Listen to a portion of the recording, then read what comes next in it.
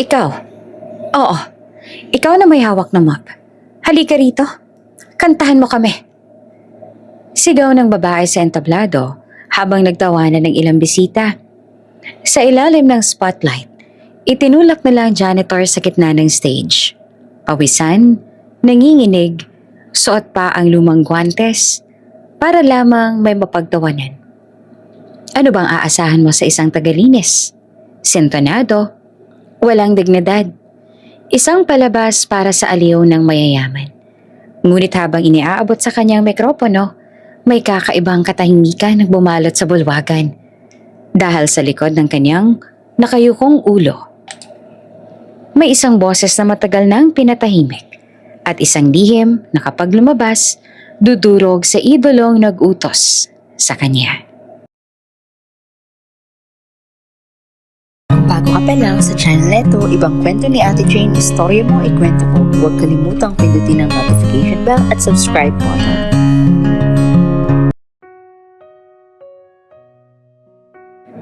Sa Asteria Performing Hall, parang humihinga ang ilaw.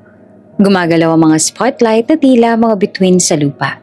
Sumasabay sa kumpas ng musika at palakpakan ng libo-libong tao sa itaas.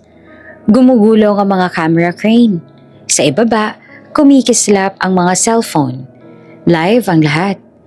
Charity concert iyon para sa mga batang may sakit at sa gitna ng ingrandeng entablado, nakatayo ang reyna ng gabi. Si Celeste Aragon. Diva, award-winning. At kilala sa boses na kayang magpatahimik ng bagyo. Nasa ikatlong kanta na siya nang mangyaring hindi inaasahan. Huminto ang banda sa gitna ng himig. Parang may pumitik sa hangin. Itinaas si Celeste ang kamay at kasabay ng galaw na yon, naputol ang tunog. May bulungan sa audience. Mga kilay na nagtaasan, mga kamera na lalong lumapit. Ngumiti si Celeste, isang ngiting makintab sa harap, ngunit may kung anong talim sa likod. Sandali, sabi niya sa mikropono, malinaw at malamig. May gusto lang akong gawin. Tumingin siya sa gilid ng entablado, lampas sa mga ilaw at kurtina, papunta sa madilim na pasilyo kung saan gumagalaw ang mga taong hindi napapansin. Mga stagehand, security at mga tagalinis sa pagitan ng awit. Itinaas niya ang daliri at tumuro. Ikaw, sabi niya, lumapit ka rito, ngayon na. Sa unang segundo ay walang kumilos, parang naghihintay ang mundo ng maling pangalan. Pagkatapos ay may isang lalaking natigilan sa gitna ng pagpisil ng mop sa balde. Naka-custodial uniform siya. Kupas na asul, may tatak ng venue sa dibdib. Ang guwantes niya ay halatang luma. May mga gasgas sa goma. Ang buhok ay maayos na tinabas, pero hindi pang entablado. Sa kamay may hawak pa siyang mop. Tumutulo ang tubig sa sahig. Si Noel Herrera, 33. Sir? Mahina niyang tanong sa isang crew na parang umaasang biro lang yon. Ngumuso ang ilaw. Isa, dalawa, tatlong spotlight ang nagbukas. At ang dilim sa paligid niya ay umurong. Parang itinulak siya ng liwanag palabas ng anino. May pabulong na tawa sa audience, may nagulat, may nagvideo. Ang chat sa livestream ay umapaw. Mga tanong, emojis, hula. Lumapit ka. Ulit ni Celeste na mas malinaw. Huwag kang matakot. Naglakad si Noel na mabagal na parang bawat takbang ay may timbang. Sa bawat tapak may kurot sa sikmura. Hindi dahil sa kabalang, kundi sa pakiramdam na mali ang lahat ng ito. Nang umakyat siya sa unang baitang na entablado, may sumalubong na init ng ilaw at lamig ng tingin. Naroon ang banda, nakatitig. Ang host na biglang naging tahimik. Ang mga kamera na tila mga mata. Hinila ni Celeste ang kanyang braso, banayad sa hawak. Pero may otoridad. Dinala siya sa gitna, kung saan nakatutok ang pinakamaliwanag na ilaw. Inilapag ni Noel ang mop sa gilid. Nanginginig ang daliri. May bahagyang halakhak si Celeste, sapat para marinig ng mikropono. Tingnan natin, sabi niya, nakapakong tingin sa kanya. Kung karapat dapat kang tumayo rito. May kumirot sa dibdib ni Noel, Hindi niya alam kung saan magsisimula. Ang utak niya ay naghahanap ng dahilan. Baka may natapakan siyang kable kanina. Baka may nabasag na ilaw. Baka may reklamo. Pero wala siyang maalala. Buong araw, naglinis siya. Nag-ayos, nag-ingat, gano'n naman palagi. Anong pangalan mo? Tanong ni Celeste. Noel. Noel Herrera. Sagot niya na pilit na matatag ang boses. Janitor ka rito, tama? Mangiting muling sumilay. Opo. Matagal na? 7 taon. 7 taon ang tahimik na pagwawala sa likod ng entablado. 7 taon ang pag-iwas sa mga kamera.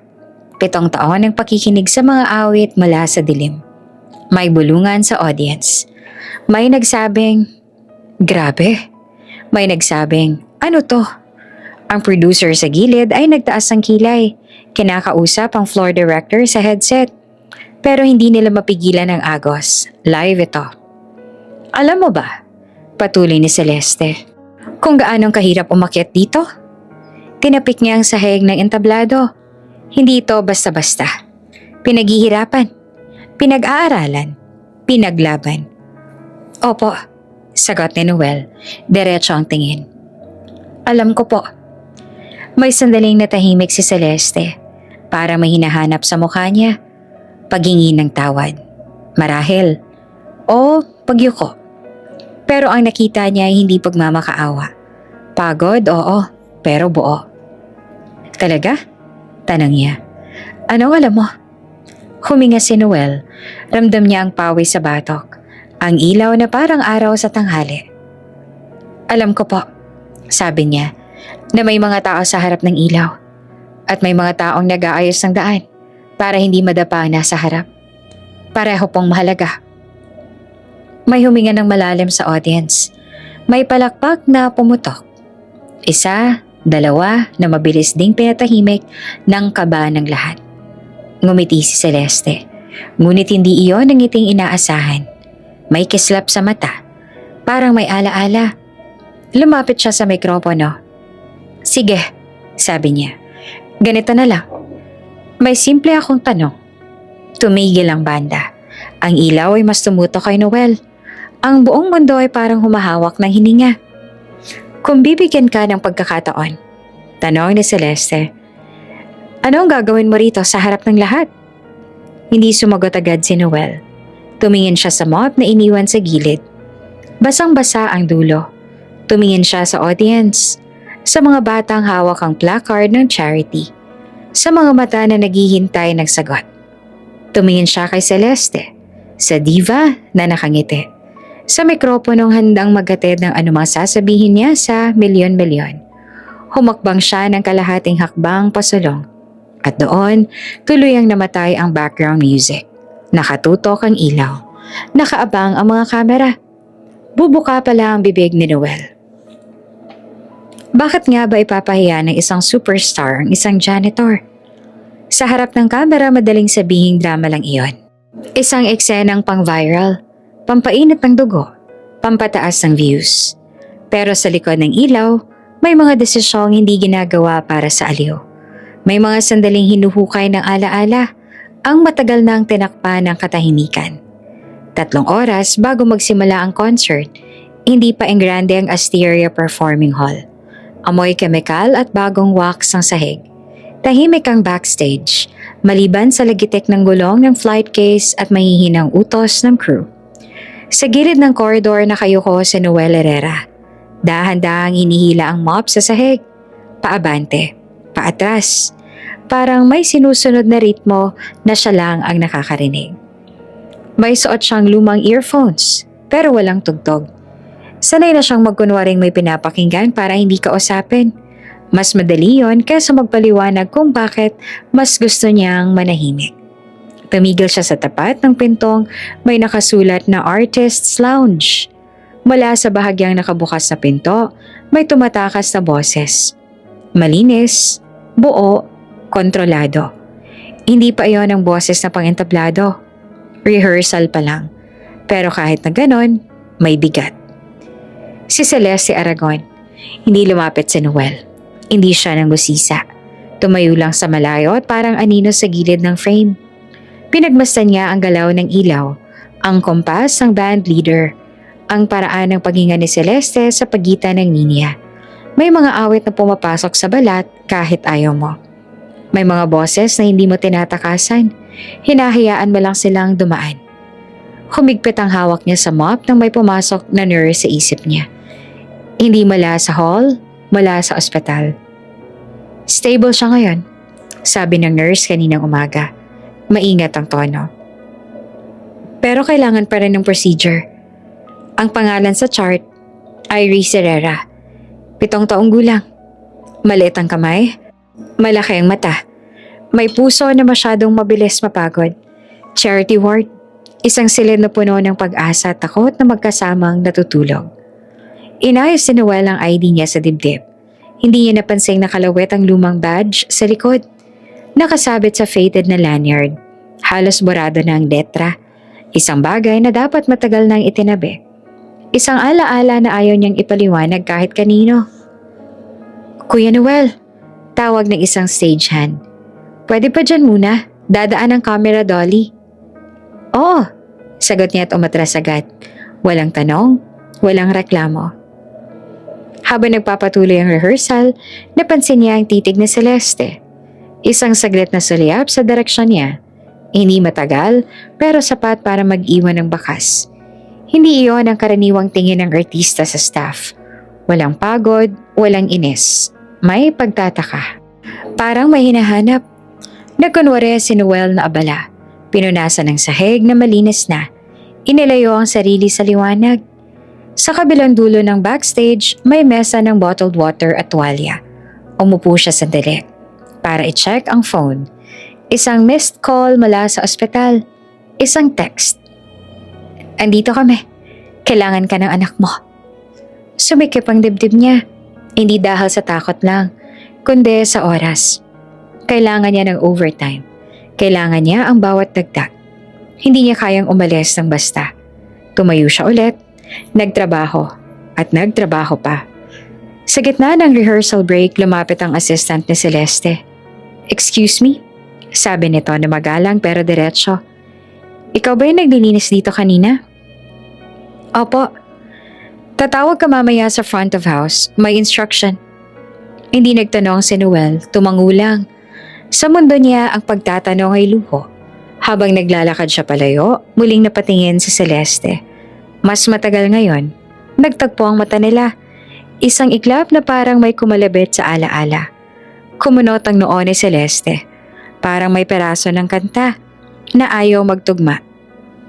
Hindi, sabi ng loob niya. Hindi pwede. Pero naroon ang pakiramdam. Pamilyar, makulit. Bumalik si Noel sa trabaho. Sa pagyuko niya, nahila ng mop ang lanyard sa likod ng ID. Lumabas ang lumang badge. Kumintab sa ilaw ng backstage. Finalist, Star Voice Season 4. Halos mabura na ang tinta. May tupi sa gilid, may mantsa ng kape. Isang patunay ng panahong naniwala siyang pwede. Panahong kumanta siya sa harap ng hurado. May boses na hindi perpekto, pero totoo. Panahong natalo siya sa huling linggo, hindi dahil sa tono, sabi ng producer noon, kundi dahil hindi pa handa ang kwento. Itinago niya ang badge pabalik, pero huli na. Nakita iyon ni Celeste. Hindi malinaw ang lahat, pero sapat na ang hugis, sapat na ang salita. Parang may ilaw na biglang bumukas sa loob ng isip niya. Season 4. Isang finalist na naaalala niya. Isang boses na hindi niya nakalimutan kahit hindi nanalo. Kaya pala may titik. Kaya pala may tanong. Habang papalapit ang oras ng concert, nag-iba ang ihip ng hangin. May mga desisyong ginagawa sa tahimik. May mga alaala na ayaw manatiling tahimik.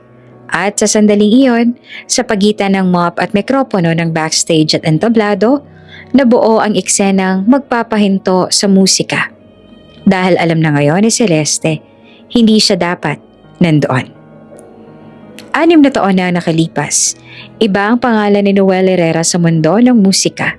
Hindi siya janitor ng venue. Hindi siya anino sa gilid ng ilaw. Siya ang lalaking pinapalakpakan sa tuwing aabot sa mataas na nota. Matinis, ngunit malinaw na tenor na kayang tumagos kahit sa pinakahuling hanay ng upuan. Sa Star Voice Season 4, mabilis siyang nakilala. Hindi dahil sa kwento ng kahirapan o dramatikong luha, kundi dahil sa disiplina. Tahimik siya sa rehearsals, laging huling umalis, laging handa. Kapag umaakyat sa entablado, walang arte, boses lang, at iyon ang sapat na. Tuwing aawit siya, may isang judge na hindi pumapalakpak, si Celeste. Palagi siyang tuwid umupo sa gitna ng panel. Maingat sa salita, malamig sa tingin. Habang ang iba ay nagbibigay ng papuri o payo, si Celeste ay diretsyo, walang palamuti. Maganda ang tono. Minsan niyang sabi, hindi ngumiti. Pero parang may nahawakan ka. Pakawalan mo. Sa social media ay naging usap-usapan iyon. Bakit kaya tila may ina si Celeste kay Noel? May nagsabing inggit. May nagsabing may hinahanap lang siyang kulang. Si Noel hindi sumagot. Hindi siya marunong sa ganitong laro. Sa backstage, madalas siyang maupo sa sulok. Hawak ang phone. Nakatingin sa larawan ng asawa niyang si Elena. Nakangiti, kahit maputla. 7 buwan nang buntis noon si Elena sa unang anak nila. May kondisyon sa puso, pero matatag ang loob. Manalo ka man o matalo. Lagi niya sabi, umuwi ka. Dumating ang finale light, puno ang studio. Umaapaw ang ilaw at sigaw ng audience. Nasa dressing room si Noel. Nakaayos na ang mic pack. Nakasabit ang costume, hawak niya ang papel ng kanta. Isang awit na pinili niya dahil iyon ang kinanta ng nanay niya noong bata pa siya. Huminga siya ng malalim. Tumunog ang phone. Isang numero na hindi niya gustong makita, pero kailanman ay hindi niya binabalewala. Saglit siyang natigilan bago sumagot.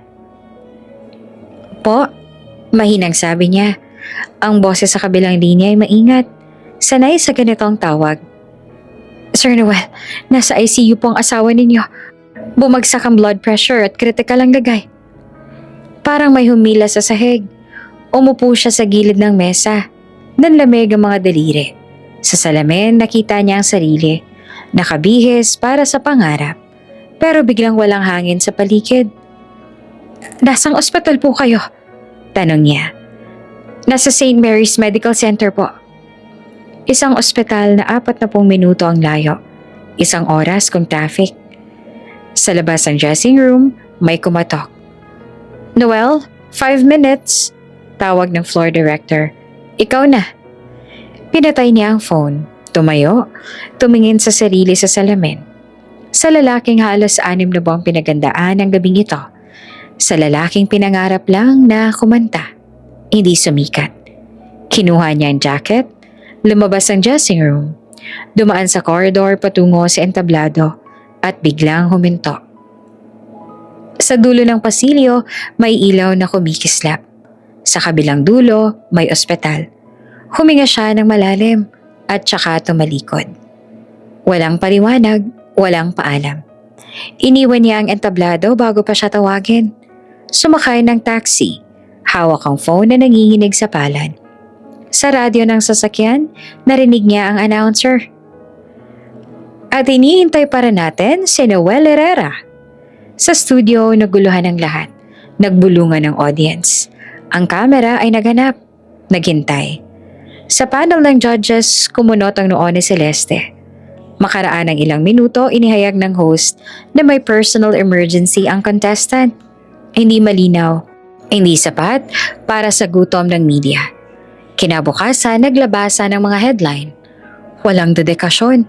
Tinakbuhan ng finale. Sayang naman ang talento. Sa isang morning show, tinanong si Celeste. Hindi siya umiwas. Ang mga umaatras sa pangarap? Sabi niya diretso sa camera. Hindi dapat pinibigyan ng ikalawang pagkakataon. Hindi niya alam, walang nagsabi sa kanya. Samantala sa ICU, hawak na Noel ang kamay ni Elena. Mahina ang ngiti nito. Nakarating ka, bulong niya. Salamat. Pasensya na, sagot niya na umiiyak.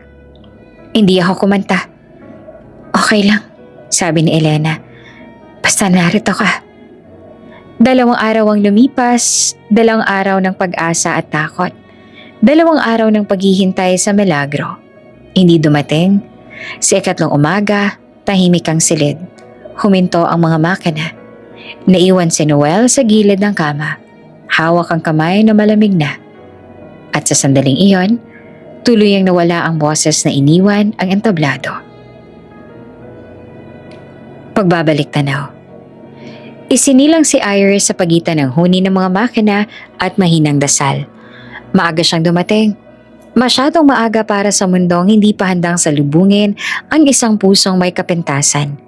Maliit ang katawan, manipis ang iyak, at ang tibok ng dibdib ay parang laging naghahabol ng hangin. Congenital heart defect, sabi ng doktor. Maingat ang tono, parang binabalot ang katotohanan para hindi masyadong masakit. Wala si Elena roon para hawakan ang kamay ni Noel. Nauna na siya, kaya si Noel ang nanatili. Nagbantay sa incubator. Natutong magbasa ng mga numero sa monitor. Natutong huminga nang hindi humihikbi. Sa unang gabi, pinangako niya sa sarili na hindi niya hahayaang maging tahimik ang mundo ng anak niya. Sinubukan niyang bumalik sa musika. Isang email dito, isang audition doon. May mga sagot na formal. May mga hindi na nag-reply.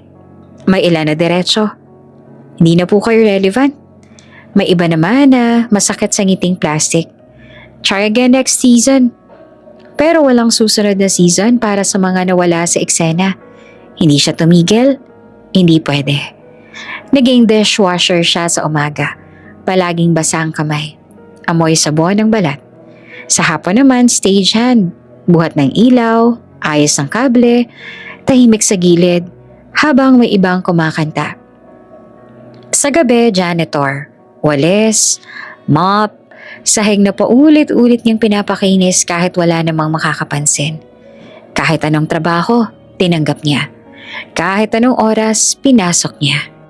Umuwi sila sa maliit na unit na may bentanang halos hindi sumasara.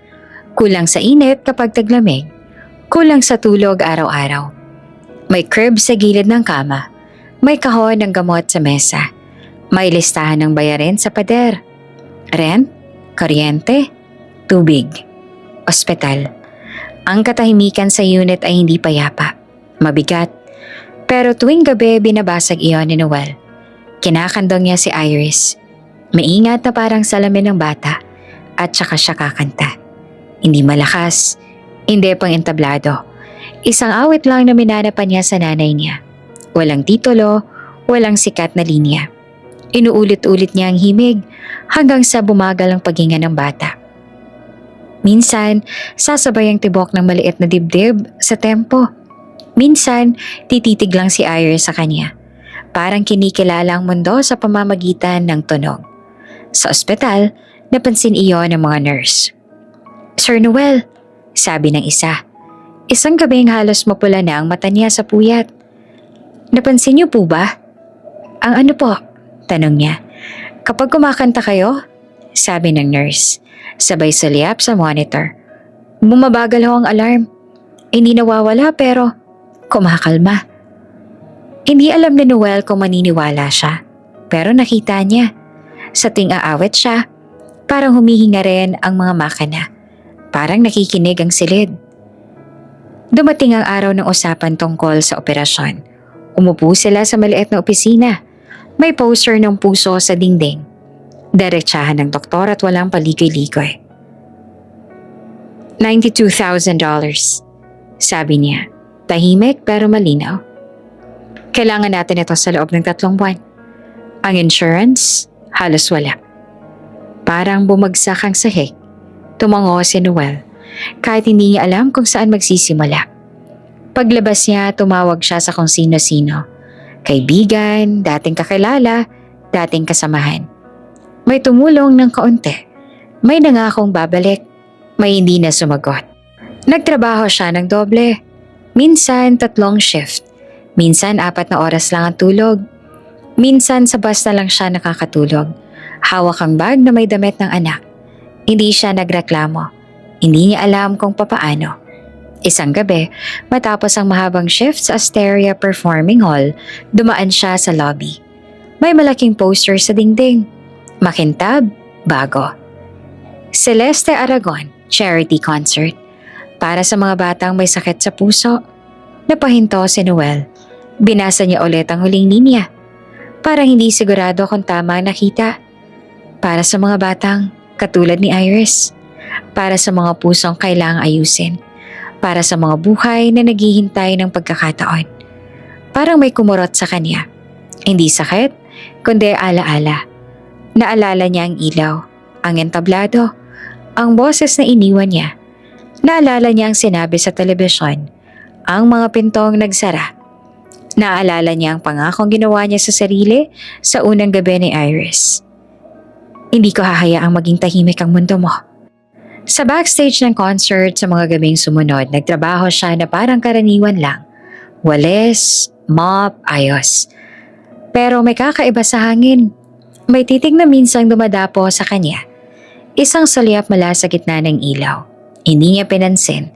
Hindi siya dapat mapansin. Sa ospital, kumanta siya kay Iris. Mas mahina, mas buo. Humigpit ang hawak ng bata sa daliri niya. Parang sagot. Sa monitor, bumagal ang linya. Hindi perpekto, pero mas kalmado. Kakayanin natin to. Bulong ni Noel. Sa labas, nagsimula ng mag-ingay ang mundo para sa concert. Sa loob nagsilid, tahimik ang laban. At habang papalapit ang gabing iyon, ang gabing para raw sa mga batang katulad ni Iris, hindi alam ni Noel na ang katahimikan na kanyang tinahak ay unti-unti nang tinutulak pabalik sa liwanag. Tinawag nila itong Hearts That Sing. Isang gabing puno ng ilaw, luha at palakpakan. O iyon ang kwento sa labas. Sa Asteria Performing Hall, muling huminga ang entablado. May pulang carpet sa lobby. May backdrop ng mga sponsor. May mga batang naka-wheelchair na pinapagitnaan ng kamera at ngiti. Sa bawat sulok, may karatalang may iisang mensahe. Para sa pag-asa? Para sa buhay. Sa gitna ng lahat, si Celeste Aragon ang sentro. Ipinakilala siya ng host bilang hindi lang isang diva, kundi isang tagapagtaguyod ng mga batang may sakit sa puso. Tumayo ang audience sa palakpakan. May mga luha, may mga sigaw ng pangalan niya. Sanay na siya sa ganitong pagtanggap. Mainit, buo, walang tanong. Ngumiti si Celeste, ang kamay nasa dibdib. Ang gabing ito, sabi niya sa mikropono, ay hindi tungkol sa akin. Ito ay para sa kanila. Sa likod ng entablado, tahimik na naka-duty si Noel Herrera. Nasa gilid siya ng aisle, hawak ang mop. Nakaupo sandali sa folding chair habang hinihintay ang susunod na utos. Hindi siya tumingin sa entablado. Masakit iyon. Mas ligtas ang sahig. Nang magsimula ang slideshow, nagbago ang himig ng hall. Humina ang ilaw. Lumitaw malalaking larawan sa LED screen. Mga batang may tubo sa ilong. May peklat sa dibdib. May ngiting pilit pero totoo. Isa-isang binanggit ang mga pangalan. Edad, kondisyon, at may kasabay na piano.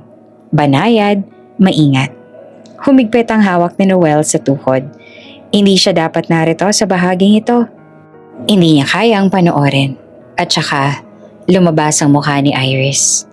7 taong gulang, nakahiga sa kama ng ospital, may headband na may maliit na bulaklak. Hindi niya alam na may kamera noon. Hindi niya alam na may kumuha ng sandaling iyon. Ang sandaling hinawakan niya ang daliri ng ama habang kumakanta ito. Napaupo si Noel, parang binuhusan ng malamig na tubig. Uminit ang tenga niya, umingay ang paligid. Hindi, sabi ng isip niya. Hindi dapat. Naaalala niya ang papel na pinirmahan niya sa ospital. Isang pahintulot para sa documentation ng charity cases. Sinabi sa kanya na para sa records, para sa donors. Walang detalyeng ganito. Walang paalam na aakyat sa entabladong mukha ng anak niya na ilalantad sa libo-libo. Gusto niyang tumayo. Gusto niyang magsalita. Pero ano ang sasabihin ng isang janitor sa gitna ng konsyerto?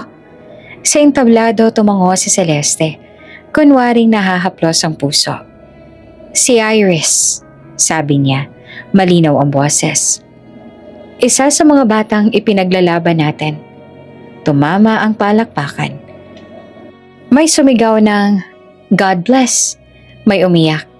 May nagtaas ang cellphone. Sa gilid yumuko si Noel, tinakpan ng muka. Hindi niya kayang makita ang susunod na slide. Hindi niya kayang marinig ang papuri na tumaraan sa katawan ng anak niya na parang dekorasyon. Matapos ang slideshow, nag-iba ang ilaw. Tumayo si Celeste, mas tuwid ang tindig. Ngayong gabi, anunsyo niya, aawitin ko ang kantang pinakamalapit sa puso ko. May ingay sa audience, alam na nila yon. Signature song, isang awit na halos alamat na. Kilala sa imposibleng high note sa huling bahagi. Isang nota na sinasabing minsan lang tumama ng perpekto. Ngumiti si Celeste, may kumpiyansa. Ito ang awit na nagpapaalala sa atin na kahit mahinang puso, pwedeng maging malakas ang tinig. Sa backstage may bahagyang pag-aalinlangan. Nagkatinginan ng musical director at ang band leader. Tahimik lang pero may tensyon sa balikat. Sa rehearsal kanina, hindi naging maayos. Alam iyon ng iilan. Alam iyon ni Noel. Kanina, habang naglilinis siya sa gilid ng stage, narinig niya ang pagtigil ng banda. Isang ulit. 2, 3, sa pang-4, may bumagsak na nota. Hindi malakas, hindi pangit, pero malinaw na pumalya. Hindi naabot. Ulit, sabi ni Celeste noon, masyadong mabilis. Isa pa. Pero sa ikalawa, mas maikli ang hinga. Sa ikatlo, may bahagyang iritasyon sa mata niya. Hindi siya sumigaw, hindi siya nagalit. Mas delikado iyon. Ang katahimikan ng isang artistang ayaw amining may nagbago. Sa harap ng libo-libong tao, nagsimula ang kanta. Malinis ang unang bahagi, kontrolado. Kilala ang timbre, makintab, buo. Sumabay ang audience sa ilang linya. Sa gitna, lumakas ang banda. Papalapit na ang bahagi na hinihintay ng lahat. Si Noel ay nakatayo na ngayon. Hindi niya namamalayan, nakatitig siya sa entablado. Sa babaeng minsang humusga sa kanya sa harap ng kamera. Sa babaeng ngayon ay tinatawag na bayani. Dumating ang huling linya. Huminga ng malalim si Celeste. Ang ilaw ay tumutok. Ang banda ay humina. Ang mundo ay tila umiikot sa isang nota. Umangat ang boses at bahagyang bumigay. Hindi halata sa unang pandinig. Hindi para sa lahat. Pero para sa may mga tenga, para sa mga nakakaalam ay may kulang. May isang hakbang pababa. Isang hinga na hindi umabot. May ilang nagpalakpak pa rin. May sumisigaw ng papuri. Pero sa backstage, nagkatinginan ng mga musikero. Sa gitna ng palakpakan, may katahimikang hindi sinasabi. Ngumiti si Celeste. Mabilis sa parang tinakpa ng bitak. Yumuko siya, tinanggap ang palakpakan. Sa mata niya may aninong dumaan. Isang tanong na ayaw niyang sagutin. Sa gilid ng hall, naramdaman ni Noel ang kakaibang bigat. Hindi galak, hindi ganti. Isang malinaw na katotohanan. May mga awit na hindi kayang abutin ng boses. At may mga boses na iniwan ng entablado, pero hindi kailanman nawala. Habang nagpapatuloy ang konsyerto, may isang lihim na nag-umpisang umingay sa pagitan ng palakpakan. At sa gabing ipinangalan sa mga pusong umaawit, may isang layuning unti-unting nabubunyag na hindi kasing linis ng ilaw sa entablado. Pagod lang, sabi ni Celeste Aragon. May kasamang ngiting sanay sa kamera. Isang maikling tawa ang isinunod niya. Parang sapat na yon para isara ang usapan. Sa harap ng audience, mabilis na tinanggap ang paliwanag. Ang pagod ay lehitimong dahilan para ikaw ay bituin. Sa likod ng entablado, ibang kwento ang gumagalaw. Lumapit si Celeste sa sound engineer. Inalayo ang mikropono sa bibig. Hindi sigaw, hindi pakiusap, kundi isang utos na binalot sa lambing. Konti lang, bulong niya. Palakasin mo yung track sa taas. Tumango ang engineer. Sanay sa ganitong sandali. May mga nota na kailangang tulungan. May mga sandaling hindi pwedeng pumalya. Nang bumalik si Celeste sa gitna, huminga siya ng mas mahabang beses. Muling sumiklab ang ilaw. Sa ikalawang pasada ng kanta, ang encore ay hiniling ng audience. Dumating ulit ang huling linya. At ngayong pagkakataon umangat ang tunog na parang hinugot sa perpekto. Masyadong perpekto. Walang gaspang, walang hinga, walang pilit. Isang linya na tila hindi dumaan sa lalamunan, hindi dumikit sa dibdib. Dumaan ito sa hangin na parang kopya ng alaala. Malinis, eksakto, walang bigat. Pumalakpak ang mga tao. Tumayo ang ilan. May sumigaw ng pangalan ni Celeste. Sa kamera mukhang tagumpay. Sa tunog, mukhang milagro. Sa gilid ng hall nakapirme si Noel Herrera. Hindi siya nakangiti. Hindi rin siya galit. Nakatayo lang siya roon. Parang may narinig na mali sa isang pamilyar na awit. Sa loob ng maraming taon, auditions, rehearsals, tahimik na pagganda sa gabi natutunan niyang makinig hindi lamang sa nota, kundi sa pinanggalingan nito. Alam niya ang kaibahan ng lakas na hinugot sa baga at tunog na inangat lang ng kable. Hindi yon buhay. Hindi niya kailangan lumapit sa mixing board para makatiyak. Ramdam niya sa balat ang hiwalay na paggalaw ng boses at katawan. Parang may aninong kumanta sa halip na tao. Umupo si Noel sa likod, inilabas ang phone. Hindi siya sanay sa investigasyon, pero sanay siya sa paghanap ng totoo kapag may nakasabit na tanong sa dibdib. Binuksan niya ang mga lumang link, mga fundraiser na pinangalanan sa puso, sa pag-asa, sa mga batang may karamdaman. Mga artikulo, press releases, video highlights. Hindi agad lumitaw ang sagot, kaya mas lalong naging kahina-hinala. Tiningnan niya ang fine print ng mga ulat. Mga salitang madaling lampasan kapag abala ka sa emosyon. Allocation, operational costs, production expense. Mga terminong mukhang normal hanggang pagsamahin mo ang mga numero. Sa isang event, 18% papunta sa ospital. Sa isa pa, 22%. Sa pinakabagong ulat, mas mababa pa. Ang natitira, ilaw, stage, talent fee, marketing, broadcast, production expense. Napasandal si Noel, parang may unti-unting humigpit sa lalamunan niya. Hindi siya eksperto sa accounting pero alam niya kung kailan masyadong kaunti ang napupunta sa kama ng bata at masyadong marami sa entablado. Naalala niya ang papel na pinirmahan sa ospital, ang pahintulot na hindi niya lubusang naunawaan. Naalala niya ang mukha ni Iris sa LED screen. Ginawang simbolo, ginawang tulay para sa palakpakan. Naaalala niya ang nurse na nagsabing kumakalma ang monitor kapag siya'y kumakanta. May mga tunog na hindi pwedeng ipeke. Sa entablado, patuloy ang programa. Mga mensahe ng pasasalamat. Mga sponsor na binanggit ng malinaw ang pangalan. Si Celeste maaliwalas ulit ang mukha. Parang walang nangyari. Lumapit siya sa mikropono para sa closing remarks. Ang gabing ito, sabi niya, ay patunay na kapag nagsama-sama tayo, may mga pusong maililigtas. Muling pumalakpak ang mga tao. May nagyakapan, may umiyak sa saya. Sa gilid, nakatingin sa Noel sa sahig na malinis na niya kanina. Naaalala niya mga gabing kumakanta siya sa maliit na unit. Walang ilaw, walang kamera, pero may pusong nakikinig. Naaalala niya ang ICU, ang monitor, ang pag-asang nakasabit sa bawat tibok. Kung tatahimik siya, magpapatuloy ang palabas. May makokolektang milyon. May ilang batang matutulungan, siguro. Pero may mas marami ang gagawing dekorasyon. May mga notang iaangat ng track kapag hindi na kayang abutin ng boses.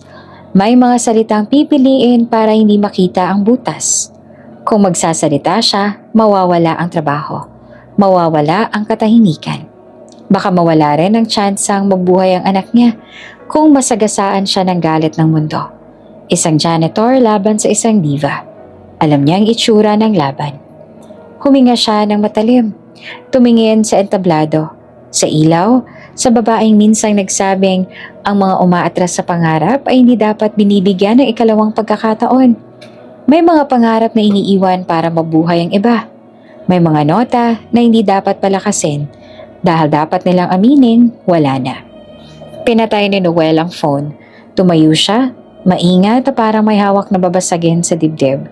Hindi pa siya kumikilos, hindi pa siya sumisigaw, pero sa loob niya, malinaw na ang desisyon. Napabuntong hininga siya at mahina lang pero buo. Kung tatahimik ako, bulong niya sa sarili, di kasabot na ako. Puno ang bulwagan ng Asteria Performing Hall. Hindi lang ng tao kundi ng mga inaasahan. May mga matang sanay humanga. May mga palad na handang pumalakpak. May mga pusong pumunta para makaramdam ng pag-asa. Kahit isang gabi lang. 3 kanta na ang kinanta ni Celeste Aragon. Maganda ang boses. Walang dudang malinaw. Kontrolado. Makintab. Perpekto ang ilaw. Tama ang pasok ng banda. Sakto ang bawat hinto. Pero may kakaibang kulang. Para sa mga nakikinig, hindi lang sa tunog kundi sa bigat.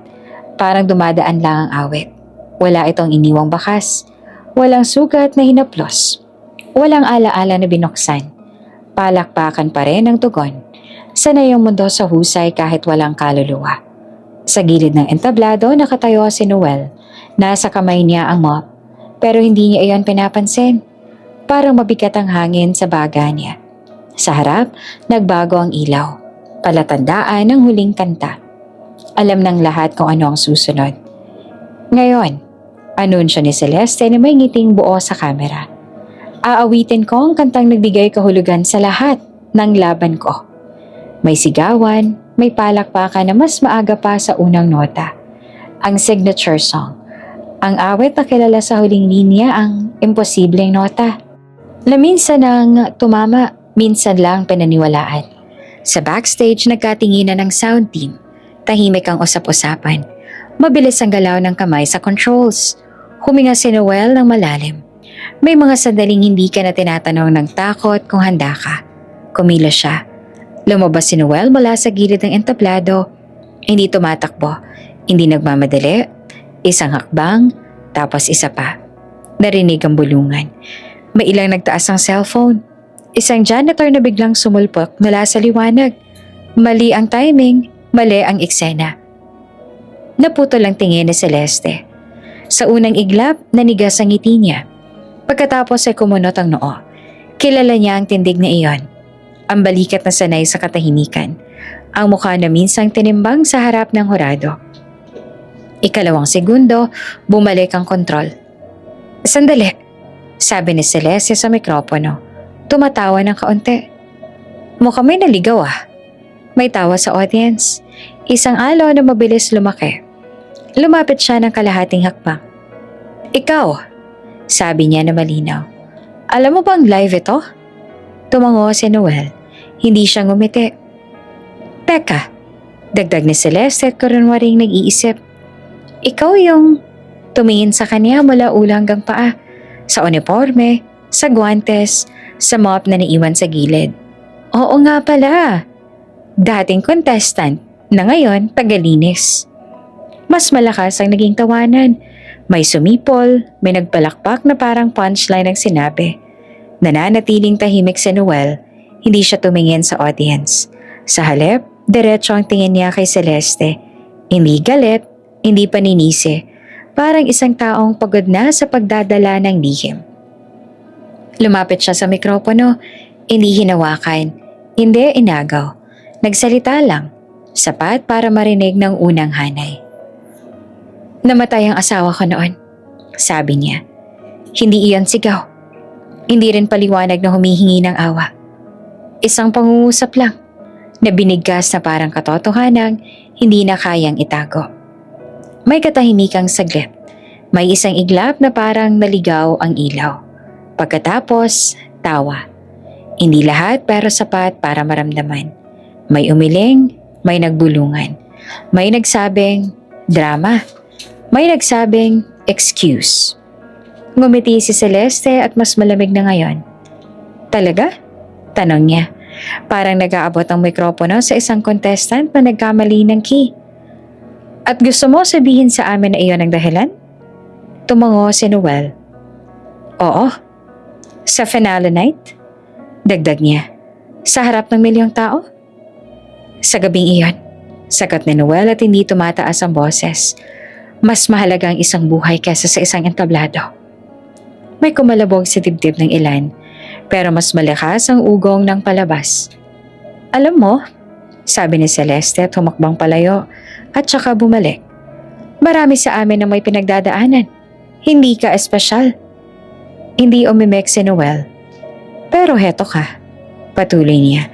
Sumisingit sa konsyerto, sa charity, sa gitna ng awit. Charity, ulit ni Noel, mahina.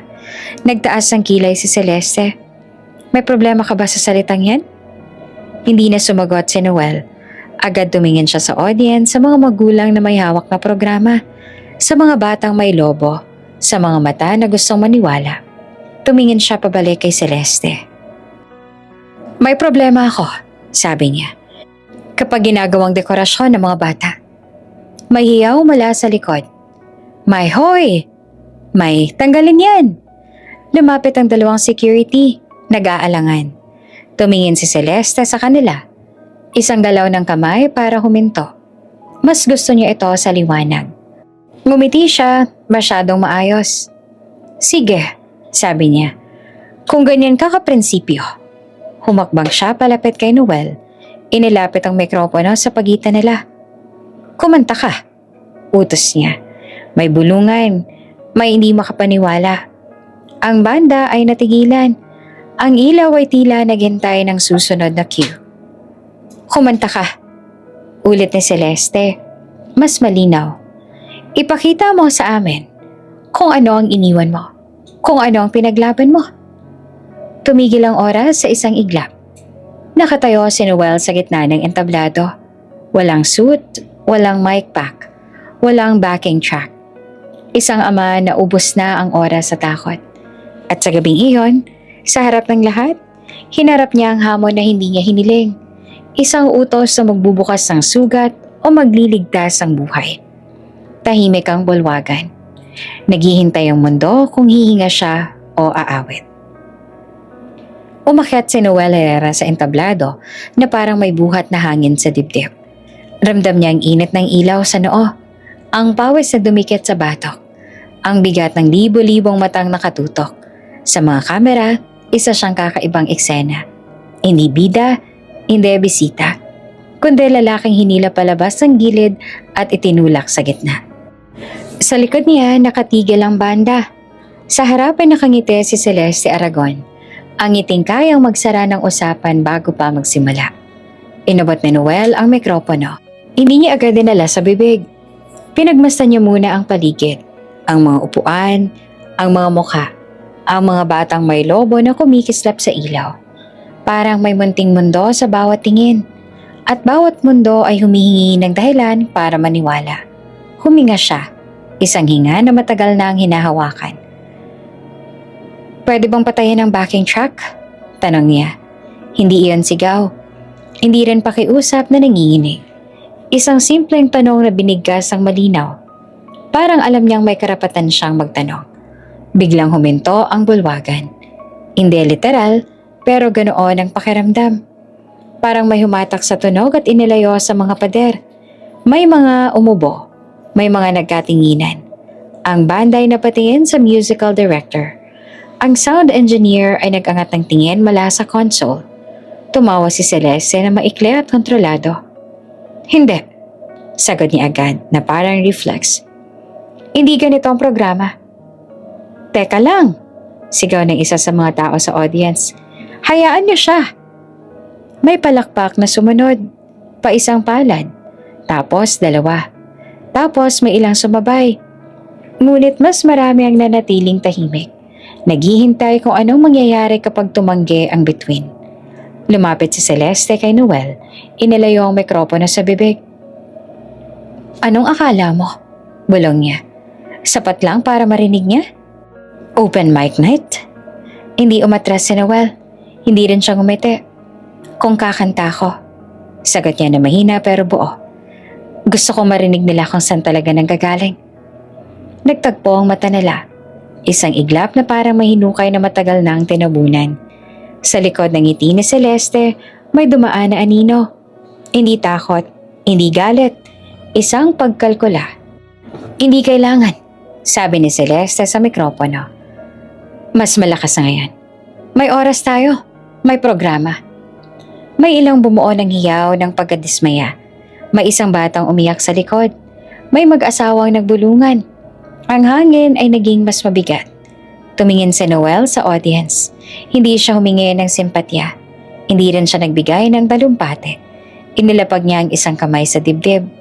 Doon sa lugar kung saan niya naramdaman ang bawat nota bago pa ito maging tunog. Isang awit lang, sabi niya. Walang tulong. Tahimik ang banda. Ang musical director na patingin sa sound engineer. Sa kabilang dulo, may nagtaas ng hinlalaki. Hindi desisyon, kundi tanong. Hindi. Ulit ni Celeste. Mas matigas. Hindi tayo mag-eksperimento. May kumalabog sa dibdib ni Noel. Hindi galit, kundi isang desisyong matagal nang hinog. Tumango siya, parang tinatanggap ang pagtanggi. Pagkatapos, hinarap niya ang mikropono. Kung hindi pwede, sabi niya, hindi ako kakanta.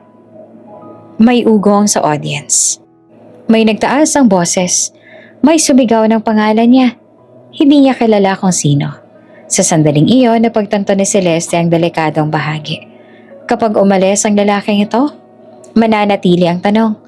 Kapag pinatalsik siya, may makikitang mali ang mga mata. Kapag pinayagan siya, may mawawala sa kontrol. Huminga si Celeste, isang hinga na sanay sa entablado.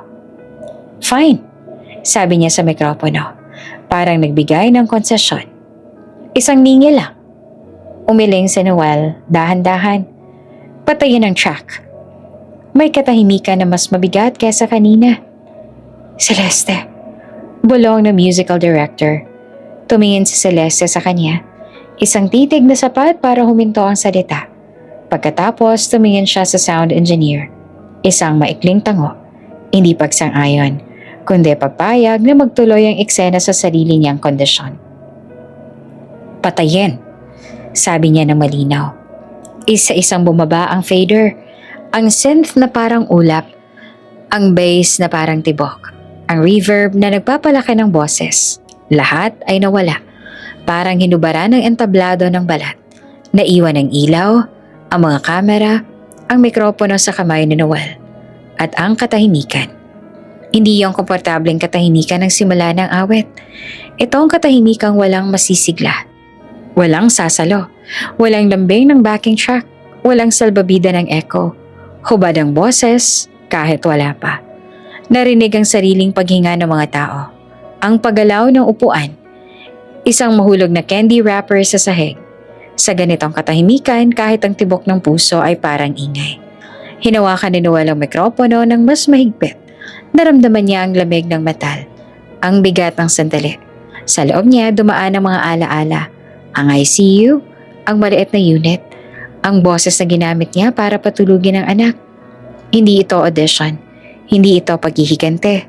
Isa itong kahilingan na pinili niyang ipaglaban. Sa kabilang gilid nakatayo si Celeste. Tuwid ang tindig. May ngiting nakaperme. Ngunit sa ilalim ng ilaw may bahagyang paggalaw sa panga. Isang senyales ng tensyon na hindi niya kayang itago. Walang musika, walang daya. Isang lalaki, isang mikropono, isang sandaling hindi pwedeng ulitin. At sa katahimikang iyon, bago pa man huminga si Noel para umawit, parang may buong mundo ang sabay-sabay na humawak ng hininga. Handa kung sakaling ang susunod na tunog ay magpabago ng lahat. Huminga si Celeste na parang may hahabulin. Sa gitna ng katahimikan, itinaas niya ang mikropono at nagsimulang umawit. Malakas sa simula. Buo ang tono, eksaktong-eksakto sa inaasahan ng lahat. Bumalik ang kumpiyansa sa mukha niya. Ang anyong sanay na sanay sa entablado. Sa unang linya pa lang may ilan nang napangiti. May mga napabuntong hininga na tila nagsasabing, ayan na. Sabay ang ilaw sa pag-akyat ng melodiya. Umangat din ang dibdib ni Celeste. Pero makakaibang tigas sa balikat niya. Hindi siya gumagalaw tulad ng dati. Masyadong tuwid. Masyadong kontrolado. Parang pinipigil ang katawan na huwag sumabay sa awit. Sa ikalawang linya, ramdamang pilit. Hindi sa tono, kundi sa paghinga. Ang boses ay umaakyat. Pero ang katawan ay ayaw sumunod. May bahagyang pag-urong sa liig. Isang hakbang na hindi niya karaniwang ginagawa kapag kampante siya. Papalapit na ang rurok, ang bahaging kilala ng lahat, ang nota na naging alamat, ang nota na dati sinasabi nilang minsan lang niyang tinamaan, pero sapat para gawing kwento. Huminga siya ng mas malalim at doon, pumiyok. Hindi malakas, hindi marahas. Isang sandaling pagbitaw na parang may napigtas na hibla. Isang tunog na hindi mo mapagkakamalang artistikong desisyon. Isang pagkakamaling hindi na itago ng ilaw. Hindi nasalo ng katahimikan. Napatigil ang oras. Tahimik ang audience. Hindi ang katahimikan ng paghanga, kundi ang uri ng katahimikang naghahanap ng paliwanag. May mga matang nagtaasan ng kilay. May mga palad na nanatiling nakabukas sa ere. Hindi alam kung papalakpak ba o ibababa. Nanlaki ang mata ni Celeste sa isang iglap. Mabilis siyang binawi ang sarili. Itinuloy ang linya sa mas mababang tono at saka ngumiti. Isang ngiting mabilis isuot kapag may nadulas. "Pasensya na," sabi niya, tumatawa ng bahagya. "Pagod lang talaga." May ilang tumawa rin. May ilan na pumalakpak. Parang pilit na tinatakpan ng bitak. Ang banda ay nanatiling tahimik. Wala nang backing track na sasalo. Ang ilaw ay hindi gumalaw. Parang naghihintay ng utos. Sa gitna ng entablado nakatayo si Noel Herrera. Hindi siya pumalakpak, hindi rin siya umiling. Nakatingin lang siya. Hindi sa pagkakamali, kundi sa dahilan. Lumapit siya ng kalahating hakbang. Hindi agresibo, hindi hamon. Parang isang taong pagod nang umiwas. "Hindi mo maaabot ang nota," sabi niya. Hindi iyan sigaw, hindi panlalait. Isang obserbasyon na binigkas ng malinaw. Sapat lang para marinig ng unang mga hanay at ng mga mikroponong hindi na nakamute. May umalingaw-ngaw na bulungan. Napako si Celeste. Tumigas ang panga niya. "Anong sinasabi mo?" Tanong niya na masyadong mabilis ang tono. "Hindi mo na maaabot." Ulit na Noel. "Hindi palagi." Tumawa si Celeste. Mas malakas ngayon. "Talaga? Ikaw ang magsasabi niyan?" "Hindi ako," sagot ni Noel. "Ang recordings." May kumalabog sa dibdib ng ilan ang salitang iyon. Recordings. Parang susi sa pinto na ayaw buksan ng palabas. "Sa mga lumang performances mo," patuloy ni Noel, "hindi tumataas ang boses. Consistent ang tulong ng track sa huling bahagi. Kapag walang backing, iba ang labas." "Hindi masama yun. Nangyayari yun." "Tumigil ka," singal ni Celeste na maikli pero matalim. "Hindi mo alam ang pinagsasasabi mo." "Tama," sabi ni Noel. "Hindi ko alam ang lahat. Pero alam ko ang tunog ng hininga. Alam ko kung alin ang galing sa dibdib at alin ang binuhat ng makina." May ilang napalingon sa sound booth.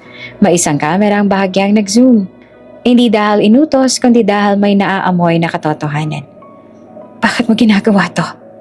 tanong ni Celeste na mas mababa ang boses. "Para ba sa anak mo? Para sa awa?" Umiling si Noel. "Para sa totoo." May umubo sa audience. May batang napahawak sa kamay ng magulang. Ang hangin ay parang humigpit.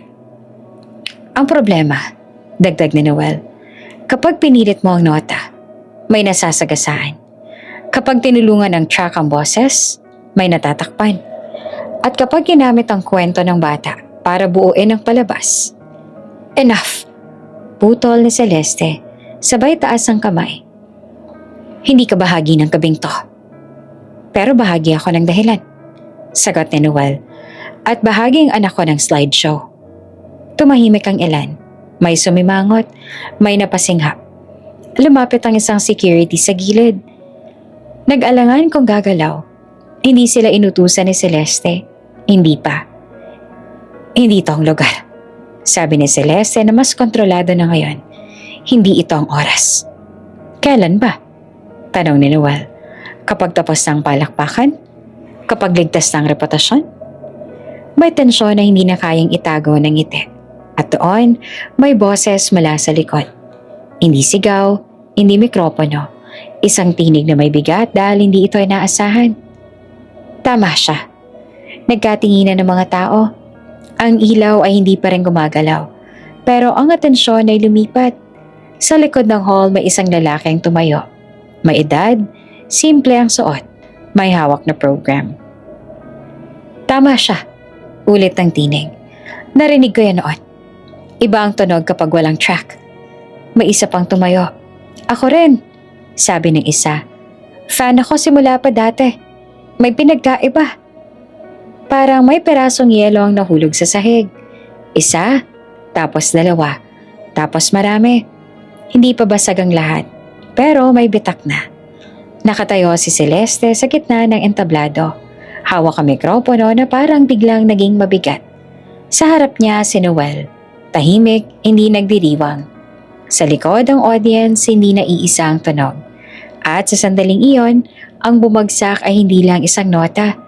Ito ang tunog ng isang alamat na nagsisimulang pumutok. Hindi sa sigaw, kundi sa katahimikang hindi na kayang baliwalain. May kumalabog na pintuan sa gilid ng bulwagan. Hindi malakas, pero sapat na para maputol ang bulungan. Lumabas ang audio director ng concert. Suot pa ang headset na kalahati nakabitin sa leeg. Maputla ang mukha niya. Parang taong matagal nang may bitbit na lihim at ngayon lang napilitang ilapag. Hindi siya tumingin kay Celeste kaagad. Dumiretso siya sa mikropono sa gilid ng entablado. Kinuha iyon ng may pag-aalinlangan tsaka huminga ng malalim. Ako ang head audio sa tour na to, panimula niya. At may dapat kayong malaman. May umalingaw-ngaw na, "Oh," sa audience. May kumapit sa upuan. May cellphone na itinaas, handang mag-record. Ang matataas na nota ay naka-pre-record sa ilang live shows. Hindi palagi. Pero kapag delikado, "Sandali!" Sigaw ni Celeste. Mabilis na lumapit. "Hindi yan ang napag-usapan natin." Tumigil ang audio director. Napapikit sandali. "Miss Aragon," sabi niya na mahinahon pero matatag. "Hindi na ito tungkol sa napag-usapan. Tungkol na ito sa totoo." Tumigas ang panga ni Celeste. Ngumiti siya sa audience. Isang ngiting pilit binabalik ang kontrol. "Ladies and gentlemen, huwag nating palakihin. Hindi pa tapos." Putol ng audio director. Ang track ay ginagamit para maabot ang consistency na inaasahan ng brand. Brand. Parang may kumurot sa hangin. Sa harap ng entablado, nakatingin si Noel. Hindi nagtatagumpay. Hindi rin nagugulat. Para bang narinig niya na ang kumpisalang ito sa bawat paghinga ng kanta. Hindi ibig sabihin nun na wala siyang talento. Dagdag ng audio director. Mabilis. Parang gustong ipagtanggol ang sarili. Pero hindi rin ibig sabihin na lahat ng naririnig ninyo ay live. May nagpalakpakan. Isa lang. Tapos naputol. Hindi ito ang uri ng revelasyon na hinihinga ng palakpak. Biglang may tumayo sa VIP section. Isang lalaki naka-blazer. May hawak na lanyard na hindi na tinanggal kahit tapos na ang trabaho. Isa sa mga producer. "Kung pagbubuksan na rin lang natin," sabi niya na diretsong nakatingin sa entablado. "Linawin na natin lahat." Napasinghap ang ilan. Ang ilaw ay tila masyadong maliwanag bigla. "Ang album," patuloy niya, "ay hindi iisang boses. Parang may bumagsak na baso. Hindi mo nakita pero alam mong may nabasag. May studio singer," sabi niya, "para sa ilang high notes. Hindi kredito, hindi binanggit. Parte ng kontrata." May umalingaw-ngaw na sigawan. May nagtanong ng, "Sino?" May humiyaw ng, "Loko!" Naglaki ang mata ni Celeste. "Tama na!" sigaw niya. "Wala kayong karapatang ilabas yan." "Meron," sagot ng producer. "Dahil kami ang gumawa. At dahil may batang may puso na umaasang totoo ang kantang inaaalay sa kanya." Napalingon ang ilan sa screen sa likod. Nandoon pa rin ang slideshow at nandoon pa rin ang mukha ni Iris. Nakangiti kahit hindi alam ang lahat ng nangyayari. "Pangalan!"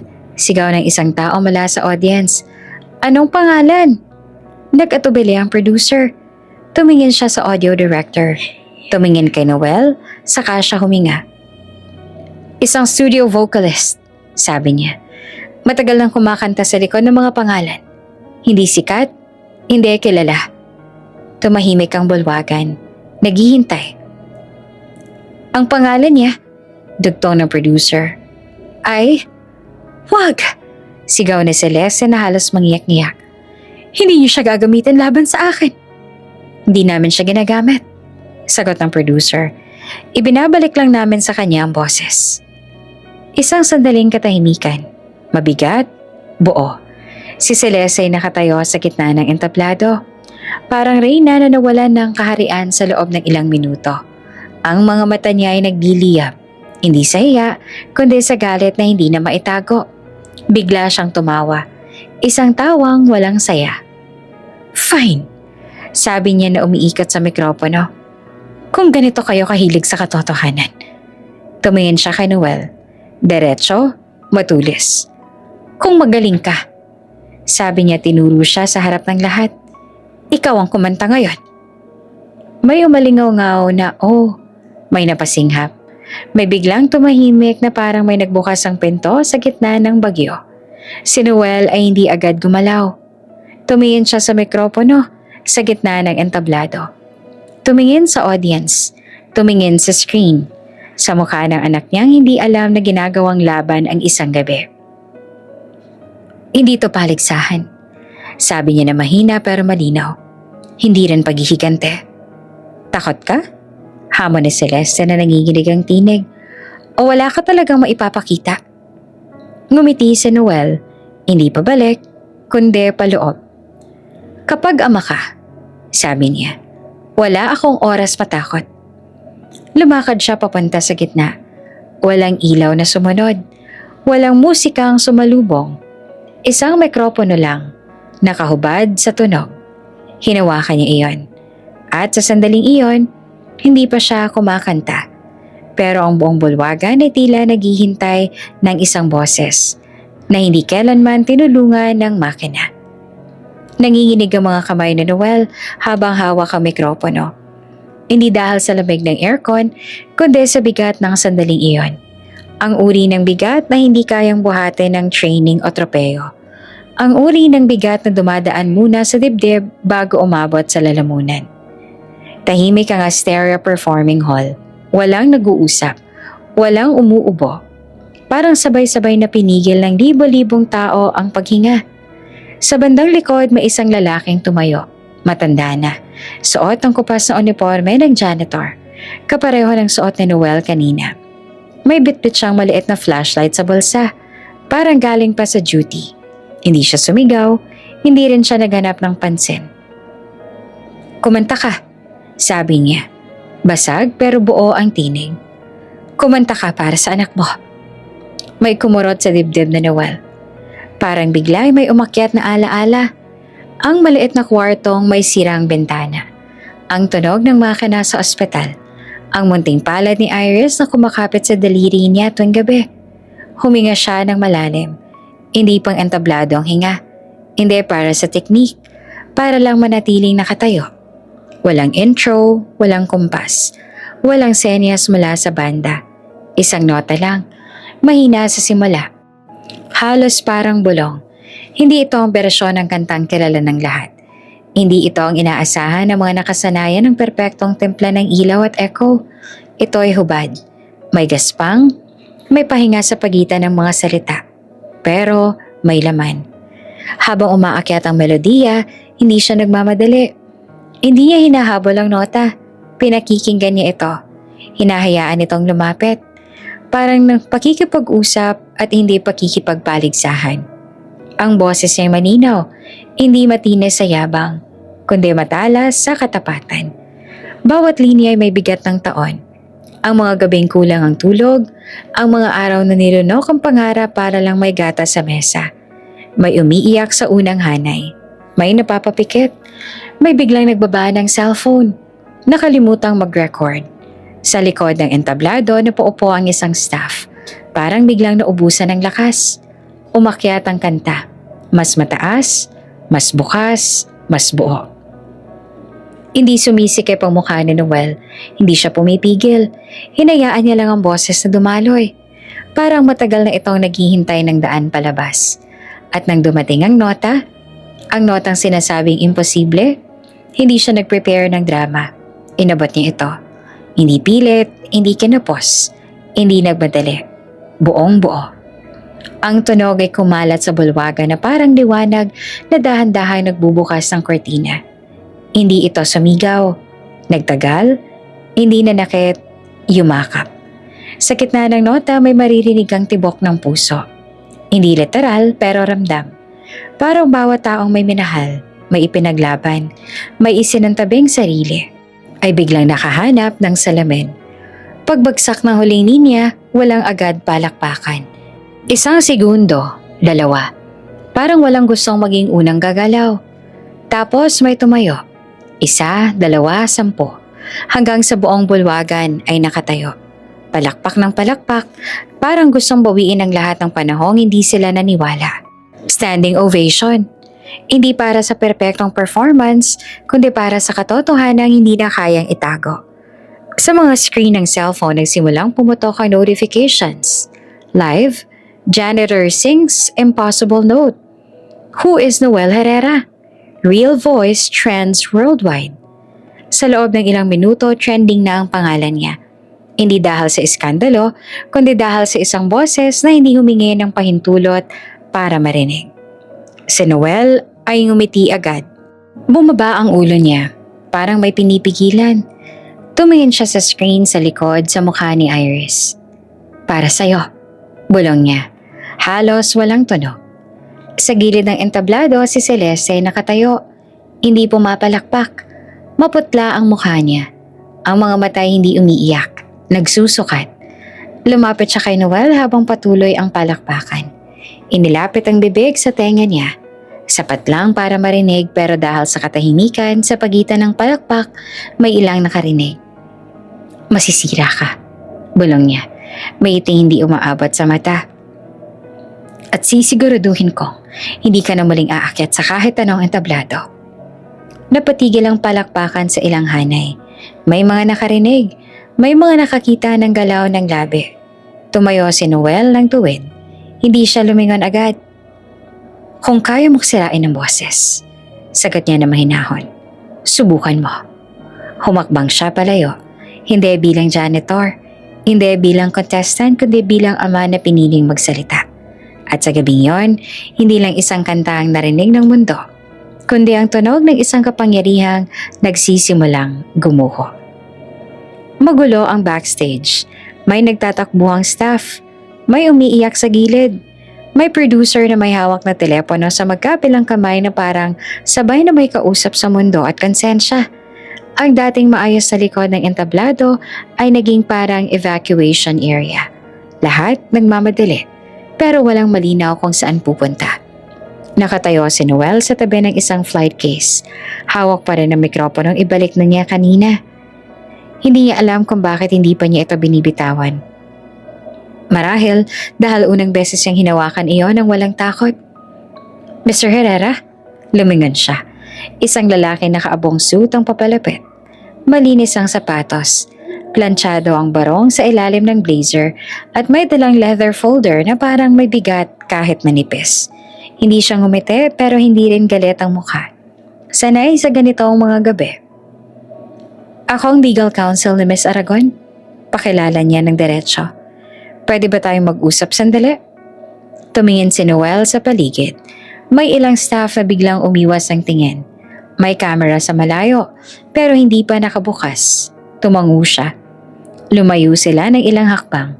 Sa isang sulok na may poster ng concert, Hearts That Sing, nakabold ang pangalan ni Celeste sa gitna.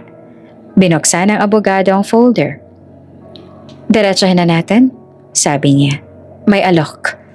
Inilapag niya ang isang papel, kontrata. May mga numerong hindi agad binasa ni Noel, pero ramdam niya ang bigat. Buong bayad para sa operasyon ng anak mo, sabi ng abogado. Parang nag-aalok ng kape. Hospital fees, post-op care, lahat. May kumirot sa dibdib ni Noel. Hindi siya gumalaw. At dugtong pa. Isang public apology. May script. Kailangan mo lang basahin. Aaminin mong nagkaroon ng misunderstanding na nadala ka ng emosyon. Tinulak niya ang papel ng bahagya papalapit. Kapalit? Sabi niya. Aatras ka. Babawiin mo ang mga sinabi mo. Wala nang interviews. Wala nang posts. Tapos na ang usapan. Tahimik si Noel. Narinig niya sa isip ang tunog ng makina sa ICU. Ang boses ng nurse. Ang tanong ni Iris noong isang gabi. Pa, okay na ba tayo? Kung tatanggi ka, dagdag ng abogado. Hindi nagbabantang tono pero malinaw ang laman. May mga posibleng mangyari. Tumingin siya sa listahan sa kontrata. Kaso, paninira, breach of contract. Kahit hindi ka signatory, may paraan. At magiging mahirap ang buhay kapag trending ka sa maling paraan. Huminto siya sandali, tsaka tumingin ng diretso kay Noel. At ayaw naming madamay ang bata. Nanlamig ang likod ni Noel. Hindi siya sumigaw, hindi rin siya nagalit agad. Kinuha niya ang kontrata, binasa ang unang pahina. Mahahabang pangungusap. Legal na mga salitang kayang baluktutin ng katotohanan hanggang magbukang kasinungalingan.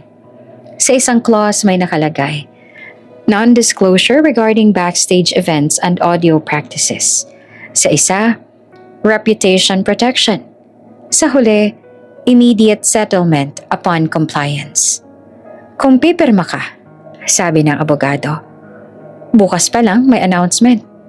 Hero ka pa rin. Tahimik lang. Tumingin si Noel sa papel. Sa pagitan ng mga linya, parang nakakita niya ang mukha ni Iris. Nakangiti. May tubo sa ilong pero masaya kapag kumakanta siya. Isang perma lang. Isang perma kapalit ng katahimikan. Hinawakan niya ang ballpen na nasa mesa. Mabigat na parang mas mabigat pa sa mop na araw-araw niyang hawak. Mr. Herrera, dagdag ng abogado na mas mababa ang boses. Hindi lahat ng laban kailangang ipanalo. Minsan, sapat na ang mabuhay. Napangiti si Noel. Mahina pero malinaw. Alam mo, sabi niya at hindi tumitingin sa abogado. Matagal na ako nabubuhay. Itinaas niya ang tingin. Buhay na walang boses. Buhay na puro tanggap. Ibinalik niya ang kontrata sa mesa. Hindi ko sinimulan to. Dugtong niya. Kumanta lang ako. May saglit na katahimikan. Kaya ako matatapos to. Hindi rin dahil sa pera. Napakunot ang noo ng abogado. Pag-isipan mo, hindi to idealismong laban. May puwersa sa likod ni Celeste. Tumango si Noel. Alam ko. May kapangyarihan siya. Diin ang abogado. Tama, sagot ni Noel. Pero may anak ako. Doon ay parang may nabasag sa mukha ng abogado. Hindi galit kundi pagkaintindi na huli na ang lahat. Final na yan? Tanong niya. Tumingin si Noel sa kontrata sa huling beses. Tapos sa poster sa likod. Hearts that sing. Final, sabi niya. At malinaw, walang sigaw, walang drama. Sinabi niya ang salitang hindi kayang bilhin ng kahit anong tseke. Hindi. Isinara ng abogado ang folder. Tumango parang inaasahan na. Then, we'll see each other again. Sabi niya sabay talikod. Naiwan si Noel sa sulok. May lumapit na nurse. Isa sa mga voluntaryong galing sa charity board. Hawak ang phone, nanginginig. Sir, sabi niya. Tumatawag ang ospital tungkol kay Iris. Kinabahan si Noel. Kinuha ang phone. Hello? Sandaling katahimikan. Mr. Herrera, sabi ng boses sa kabilang linya. May donor na anonymous. Sinasagot niya ang malaking bahagi ng operasyon. Napapikit si Noel. Hindi niya alam kung iiyak ba siya o tatawa. Sa kabilang dulo ng backstage may sigawan. Si Celeste, galit na galit. May tinatawagan. Ngunit sa gitna ng ingay, nakatayo si Noel. Hawak ang telepono. Alam niyang may mga laban na hindi nagsisimula sa pera. At may mga desisyon na kapag sinabi mong hindi, doon pa lang talaga magsisimula ang lahat. Hindi sabay-sabay na dumating ang paninira. Dumating ito ng paisa-isa. Parang patak ng ulan na sa unay kayang tiisin. Hanggang sa mapansin mong basa ka na pala. Unang pumutok ang social media. Isang account na may libo-libong followers ang naglabas ng litrato ni Noel. Lumang kuha. Kuha sa backstage. Kuha sa labas ng ospital. May caption na may halong awa at duda. Ito ba talagang lalaking inaangat ng masa? Sumunod ay ang kwento. May history daw ng aggression. May utang daw sa production. May bayad daw ang pag-akyat sa entablado. Walang source, walang patunay, pero mabilis na kumalat. Sa comments may mga naniniwala. May nagtatanggol. May nagalit na parang personal ang sugat. Sa bawat scroll parang may bagong bersyon ng sarili niya si Noel. Lahat mali. Hindi siya nag-reply, hindi rin siya nag-post, mas inuna niya ang ospital. Pero hindi pa tapos. Makalipas ang 2 araw, may dumating na sobre sa maliit nilang inuupahang unit. Makapal, mabigat, amoy opisina. Demand letter. Defamation damages. Paninira ng reputasyon. Hindi lang siya ang nakapangalan. Nandoon ang audio director, ang producer, kahit ang matandang janitor na nagsalita sa audience, binanggit bilang instigator. Gusto nila tayong paghiwa-hiwalayan, sabi ng producer sa tawag, para umatas ang isa, susunod ang iba. Tahimik si Noel sa kabilang linya, hindi dahil wala siyang sasabihin, kundi dahil alam niyang tama. Kinabukasan nag-file na ng kaso. Headline, Superstar files suit against janitor singer. Parang biro, parang pelikula, pero totoo. Sa unang hearing wala si Noel halos maintindihan. Legal na salita, mga numero, mga salitang kayang gawing kasalanan ng katotohanan kapag mali ang may hawak. Pagkatapos may lumapit sa kanya, isang babae, mga nasa early 40s, nakasimpleng itim na blazer, walang alahas, walang ngiting pang-ad. Ako si Atty. Mara Villanueva. Pakilala niya. Hindi ako kinuha ng media. Ako ang lumapit sa'yo. Nagtaas ang kilay si Noel. Bakit? Ngumiti siya at hindi pala kaibigan kundi sigurado. Dahil hindi lahat ng kaso ay tungkol sa panalo. Yung iba tungkol sa kung sino ang tatayo. Sinuri niya ang mga papel. Pinakinggan ang kwento. Hindi siya nagmadali. May laban, sabi niya sa huli. Pero hindi ito madali. Kailangan natin ng ebidensya. Buo. Matibay. Nagsimula silang mag-ipon. Mga lumang recordings. Raw audio files. Email threads ng production. Testimonya ng sound engineer kahit nanginginig ang boses. Salaysay ng producer kahit alam niyang baka hindi na siya makapagtrabaho ulit.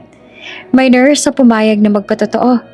May doktor na handang magsabi kung paano ginamit ang imahe ng mga bata sa fundraising. May technician na naglabas ng log files ng playback. Bawat peraso ay may katapat na panganib.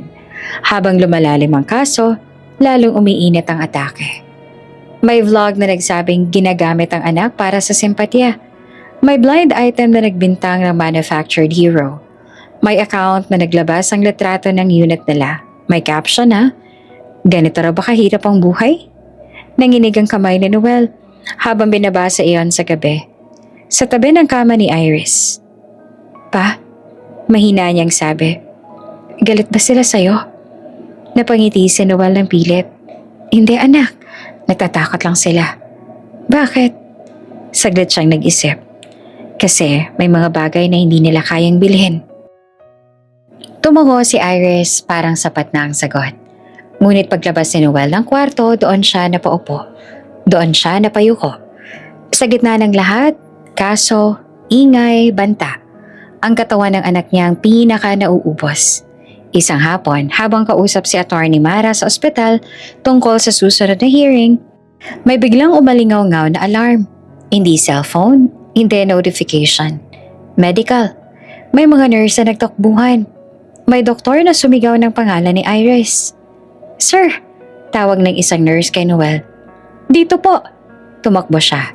Sa loob ng kwarto, namumutla si Iris. Nakapikit.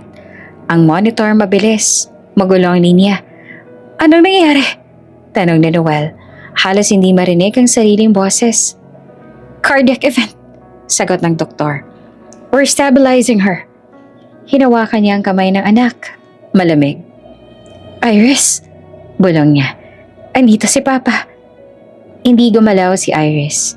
Sa labas ng kwarto nakatayo si Attorney Mara. Hawak ang folder, lahat ng ebidensyang pinag-ipunan nila. Nakatingin siya sa salamin, walang magawa. Sa sandaling iyon, malinaw kay Noel ang katotohanan. Habang abala ang mundo sa paninira, habang pinapahaba ang laban sa papel, may isang pusong walang pakialam sa kaso, sa trending, sa reputasyon. Isang pusong pagod na.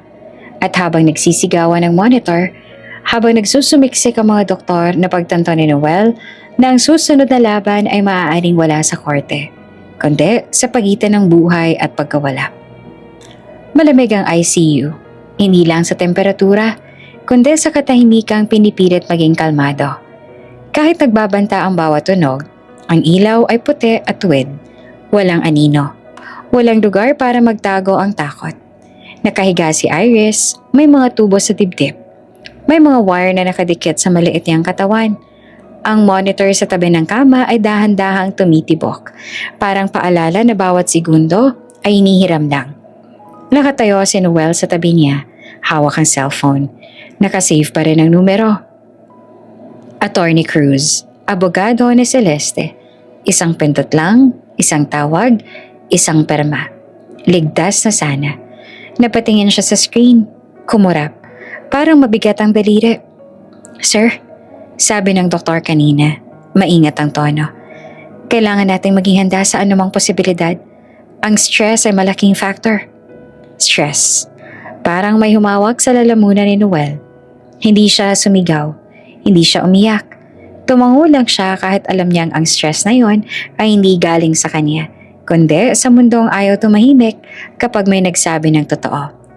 May bahagyang galaw sa kama. Iris, bulong niya. Dahan-dahang bumukas ang mata ng bata. Maputla pero gising. Hinanap agad ang tingin ng ama. Daddy, mahina niyang sabi. Bakit galit sila? Napalunok si Noel. Lumapit siya. Umupo sa gilid ng kama at tinawakan ang kamay ng anak. Mainit na ulit kahit bahagya. Hindi sila galit sa'yo, sabi niya. Hindi rin talaga sa akin. Sa kanta po? Tanong ni Iris sa kunot noo. Ngumiti si Noel, isang ngiting masakit pero totoo. Sa katotohanan. Tahimik si Iris sandali. Bata siya pero sanay na sa mga sagot na hindi madaling intindihin. Masama ba ang katotohanan? Tanong niya. Umiling si Noel. Hindi, pero minsan, mahirap. Tumingin si Iris sa mga wire sa dibdib niya. Katulad po nito? Oo, sagot ni Noel. Katulad niyan. Masakit minsan pero nakakatulong para mabuhay. Napatingin si Noel sa cellphone sa kabilang kamay niya. Nakita iyon ni Iris. Sino yan? Nag-atubili siya. Isang taong pwedeng tumulong kung tatawag ako. Tutulong paano? Saglit siyang tumahimik. Hindi niya gustong magsinungaling. Hindi rin niya gustong ibuhos ang bigat ng mundo sa isang batang kagigising lang mula sa ICU. Kapag tumawag ako, sabi niya sa wakas, titigil ang gulo. Okay yun, sabi ni Iris agad. Pagod na ako, Papa. Parang tinamaan si Noel sa dibdib. Oo, sabi niya, hinahaplos ang buhok ng anak. Pagod na rin si Papa. Di tawagan mo na. Mahina niyang sabi, para hindi na sila galit. Tumingin si Noel sa mata ng anak. Malaki, inosente, nagtitiwala.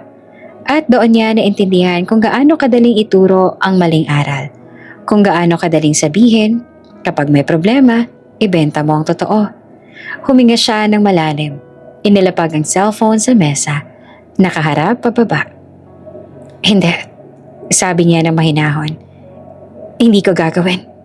Napatigil si Iris. Bakit? Kasi ayokong lumaki kang iniisip na ang katotohanan ay pwedeng ipamigay kapag natakot ka. Napaisip si Iris. Pero masakit, Daddy. Tumango si Noel. Oo. At minsan, Delikado. Bakit mo pa rin ginagawa? Ngumiti siya. Hindi bilang bayani, kundi bilang ama. Dahil gusto kong kapag lumaki ka, sabi niya. Alam mo kung sino ka, kahit walang pumapalakpak. Tahimik si Iris. Pagkatapos, mahina siyang tumango. Okay. Parang sapat na yon. Sa labas ng kwarto, dumaan si Attorney Mara. Tumigil siya na makita si Noel. Nakatingin sa phone na nakatihaya na ngayon. Walang tinatawagan. Handa ka na ba? Tanong niya. Tumingin si Noel sa anak. Saka sa kanya. Oo. Hindi to magiging madali. Paalala niya. Alam ko. Lumipas ang gabi na may pagitan ng katahimikan at alarma. May sandaling bumilis ang tibok ng monitor. May sandaling bumagal. Hindi umalis si Noel sa tabi ng kama. Pagsapit ng umaga, dahan-dahang sumilip ang araw sa maliit na bintana ng ICU. Maputla ang liwanag, pero totoo. Tumunog ang phone ni Noel. Hindi ang abogado ni Celeste, kundi isang notification. Court day today. Inayos niya ang jacket na hiniram lang. Hinalikan ng noo ni Iris. Daddy, tawag ng bata bago siya lumabas. Kakanta ka pa ba? Napangiti siya. Oo, kahit walang entablado. Lumabas siya ng ICU. Dumaan sa mahabang pasilyo. Hawak ang isang desisyong hindi kayang pirmahan ng kahit sinong abogado. Sa labas naghihintay ang mundo. May kaso, may ingay, may kapangyarihan.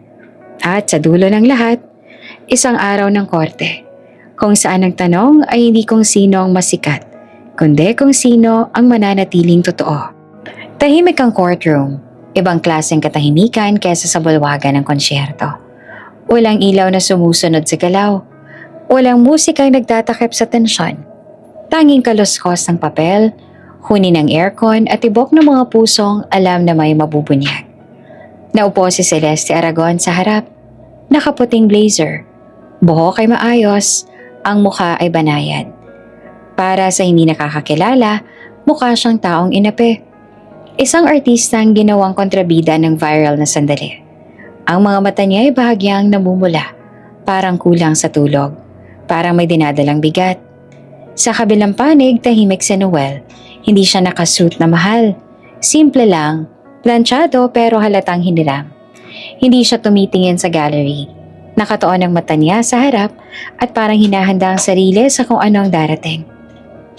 Your Honor, panimula ni Attorney Mara.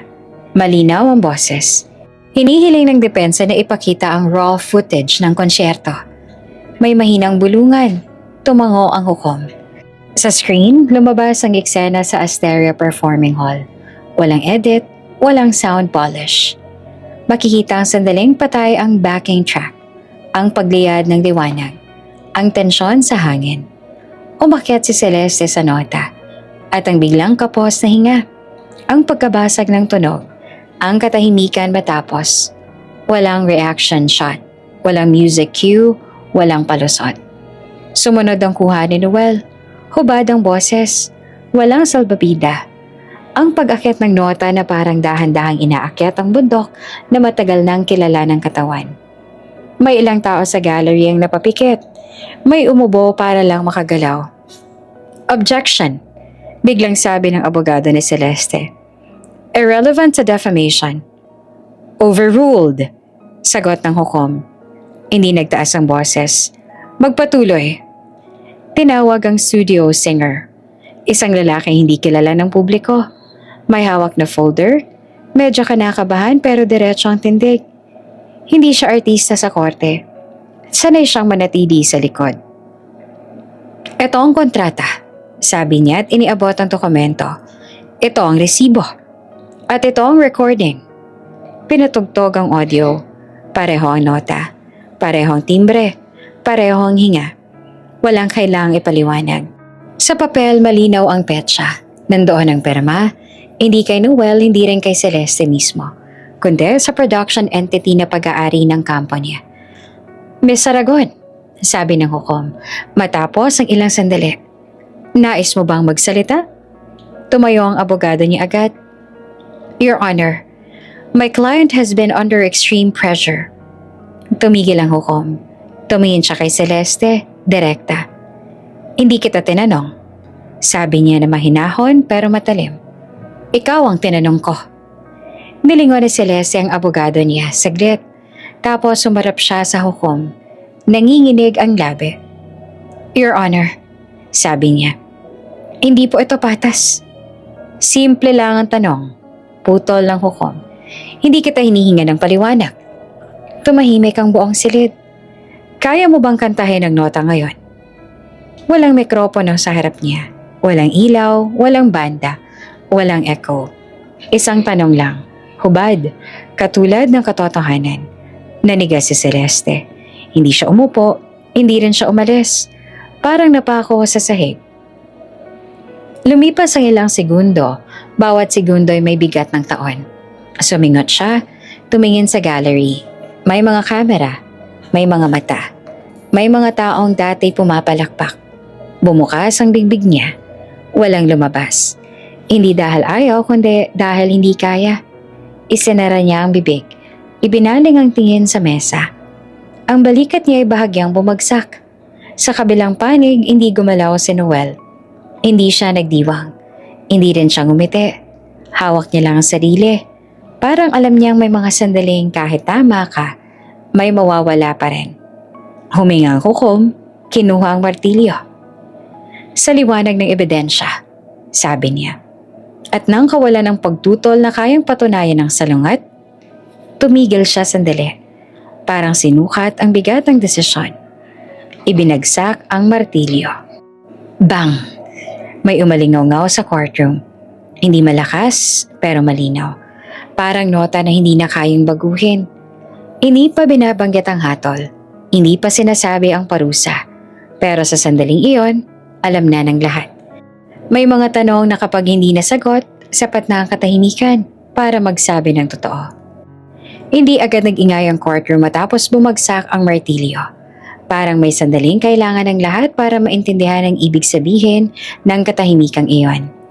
Ang klase ng katahimikan na hindi na kayang baliktarin.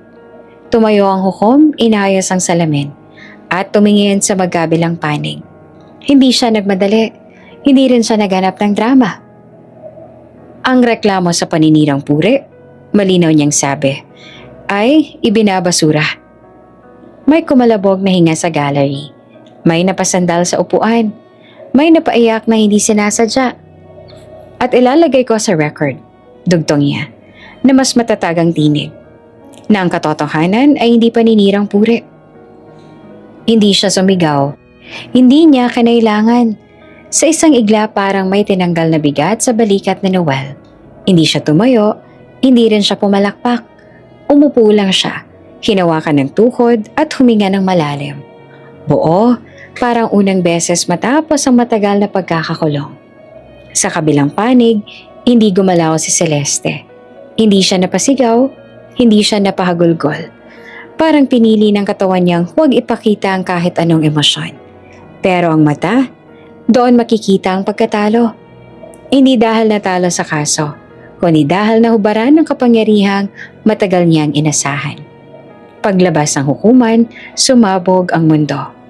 Media storm. Mga kamera na biglang dumagsa. Mga tanong na sabay-sabay. Mga headline na nagpalit ng tono sa loob lang ng ilang oras. Court dismisses defamation case. Truth not defamation, says judge. Real voice exposed. Sa social media nagbago ang ihip ng hangin. Ang mga dating mapanira, biglang nag-delete. Ang mga tahimik, biglang nagsalita. May mga humingi ng paumanhin. May mga nagkunwaring alam na nila noon pa. Hindi na sumagot si Noel sa kahit anong interview. Hindi dahil wala siyang sasabihin, kundi dahil ayaw niyang gawing palabas ang panalo. Ngunit ang mundo hindi tumigil. Isa-isang umatras ang sponsors.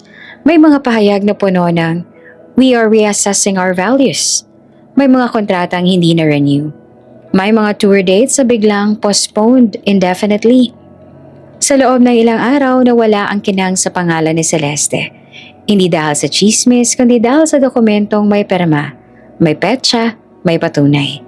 May mga artistang naglabas ng suporta kay Noel. May iba namang nanahimik dahil baka sila na ang susunod na tanungin.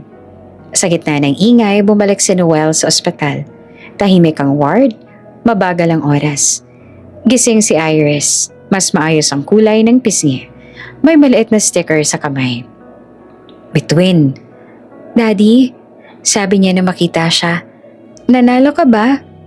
Umupo siya sa tabi ng kama. Hindi tayo natalo. Ngumiti si Iris. Pwede na ba tayong umuwi? Hindi pa. Gusto niyang sabihin. Mahaba pa ang gamutan. May mga utang pang babayaran. May mga araw pang mahirap. Malapit na, sabi niya. Sa labas ng kwarto nakatayo si Attorney Mara. May hawak na folder na ngayon ay mas magaan. Malaya ka na magsalita, sabi niya. Wala silang leverage. Tumango si Noel. Salamat. Hindi sa akin, sagot niya. Sa desisyon mo. Lumipas ang ilang araw, unti-unting humupa ang balita. Gaya lang lahat ng bagyong media, may bagyong issue, may bagong pangalan. Pero may naiwan. Isang video ng isang ama na kumanta ng walang takot. Isang tanong ng hukom na hindi kailangang ulitin. Isang hatol na nagsasabing may proteksyon ng katotohanan kahit mahirap itong bitbitin. Isang gabi, habang inaayos si Noel ang maliit na bag ng damit ni Iris, tumunog ang phone niya. Unknown number. Hindi agad iyan sinagot. Tumunog ulit, sinagot niya na. Hello? May sandaling katahimikan. Tapos isang boses.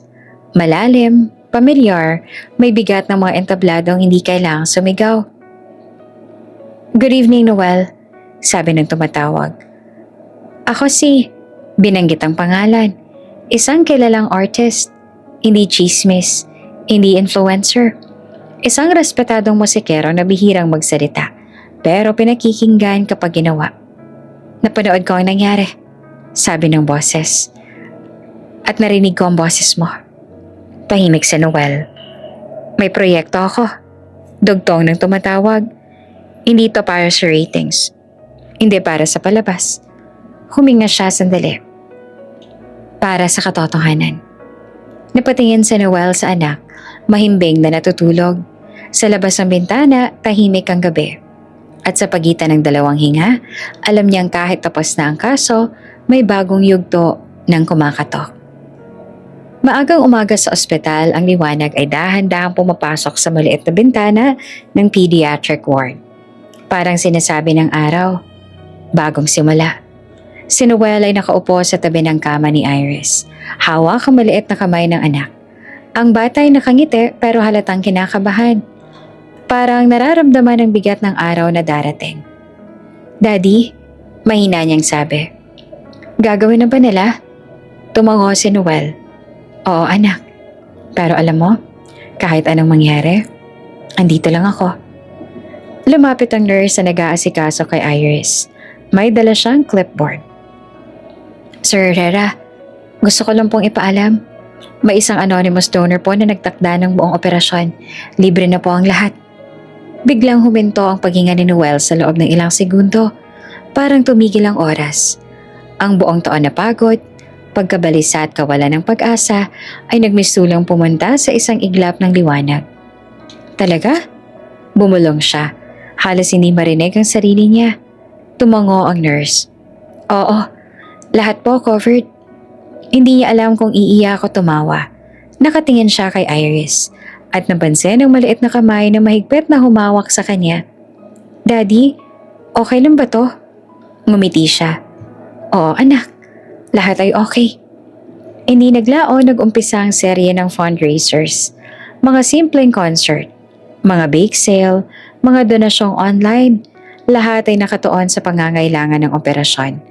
Ang pangalan ni Noel ay hindi tinampok. Gusto ng donor na tahimik.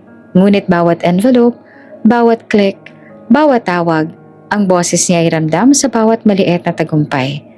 Dumating ang araw ng operasyon. Ang ospital ay mas puno sa normal. Mga doktor, nurses, anesthesiologists at mga trainee, lahat ay handa. Habang iniikot si Iris sa OR, humarap si Noel sa maliit na corridor sa labas. Hawak ang mikropono. Simpleng recorder sa bulsa niya. Hindi para sa publiko, hindi para sa entablado, kundi para sa anak niya. Sinimulan niyang kumanta. Hindi mataas na nota, hindi komplikadong melodiya. Isang simpleng lullaby. Isang kanta na matagal niyang kinakanta kay Iris tuwing gabi bago matulog. Dahan-dahan, napansin ng mga nurse at staff sa paligid, may kakaibang katahimikan sa OR corridor. Ang boses ni Noel puno ng takot, pag-ibig at pananabik. At parang sinasabi sa bawat peraso ng metal, bawat beep ng monitor, everything will be alright. Ang pag-awit niya ay humupa sa mga nag-aalalang puso. May nurse na humawak sa kamay ng isa pang kasama. May anesthesiologist na napatingin sa dulo ng corridor. Nag-iisip sa malalim na katahimikan na pumapaligid sa kanila. Lumipas ang 8 oras, walang sino mang makapagsalita sa tensyon. Si Noel ay nakaupo, nakatingin sa dingding. Nanginginig ang mga balikat sa pagod at pananabik. Saka dumating ang doktor. May ngiting bihira sa mga klinikong mata. Sir Herrera, sabi niya na mahina ngunit may sigla. Matagumpay. Ang operasyon ni Iris ay matagumpay. Hindi nagawa ni Noel na pigilan ang luha. Hindi para sa drama, kundi dahil sa ginawa. Ang bigat na matagal niyang binitbit, ang takot, ang pangamba, at ang gabi-gabing pangungulila ay parang nawala sa isang iglap. Salamat po, Daddy. Mahina, ngunit malinaw na wika ni Iris. Halos nakangiti mula sa ICU bed. Hinawakan ni Noel ang mukha ng anak. Halik sa noo. Hindi ako may utang, anak. Ang regalo na ito, hindi nabibili. Ito ay dahil may mga taong may puso. Pagkalipas ng ilang araw, habang nagpapagaling si Iris sa ward, may tumawag sa cellphone ni Noel. Unknown number. Hello? Mr. Herrera. Ako si Julian Reyes. Isang boses na kilala sa industriya ng musika. Malalim at may tiwala at respeto sa tunog ng boses. Napanood namin ang nangyari sa Cortez Hospital. Ang boses mo hindi dapat manatili sa silid lamang. Huminto si Noel, huminga ng malalim. Ano pong ibig niyong sabihin? May proyekto ako at gusto katang imbitahan. Gusto naming marinig muli ang boses mo sa entablado. Para sa mga tao, para sa katotohanan, para sa musika. Tahimik si Noel sandali. Tumingin sa pinto ng ICU, sa mga wire, sa monitor, sa maliit na kamay ni Iris na naglalaro sa kumot. Huminga siya. Hindi ko alam kung kaya ko na. Mahina niyang sabi. Hindi mo kailangang sagutin ngayon. Sagot ng boses. Maganda ka lamang. Alam namin ang halaga ng boses mo. At alam naming handa ka na sa tamang panahon. Isinara ni Noel ang phone. Tumayo siya sa tabi ng kama. Tinitingnan si Iris.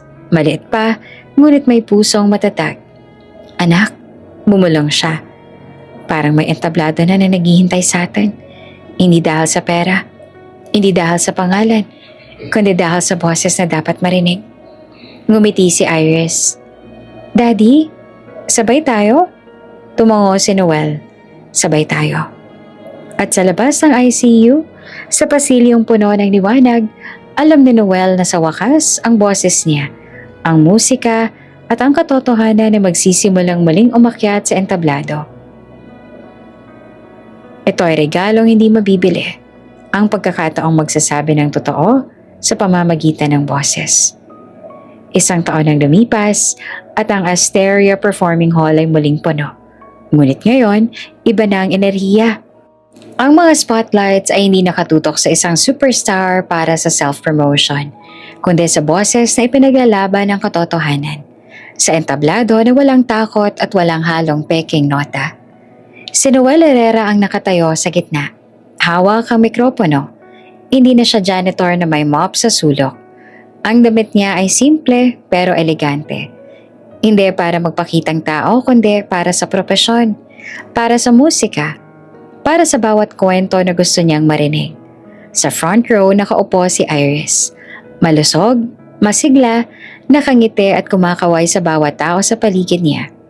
Maliit man siya, ramdam na ramdam niya ang pride na dulot ng tatay niyang lumalaban sa mundong puno ng ingay, kasinungalingan at panggigipit. Ang stage crew karamihan dati niyang kasama sa mga backstage.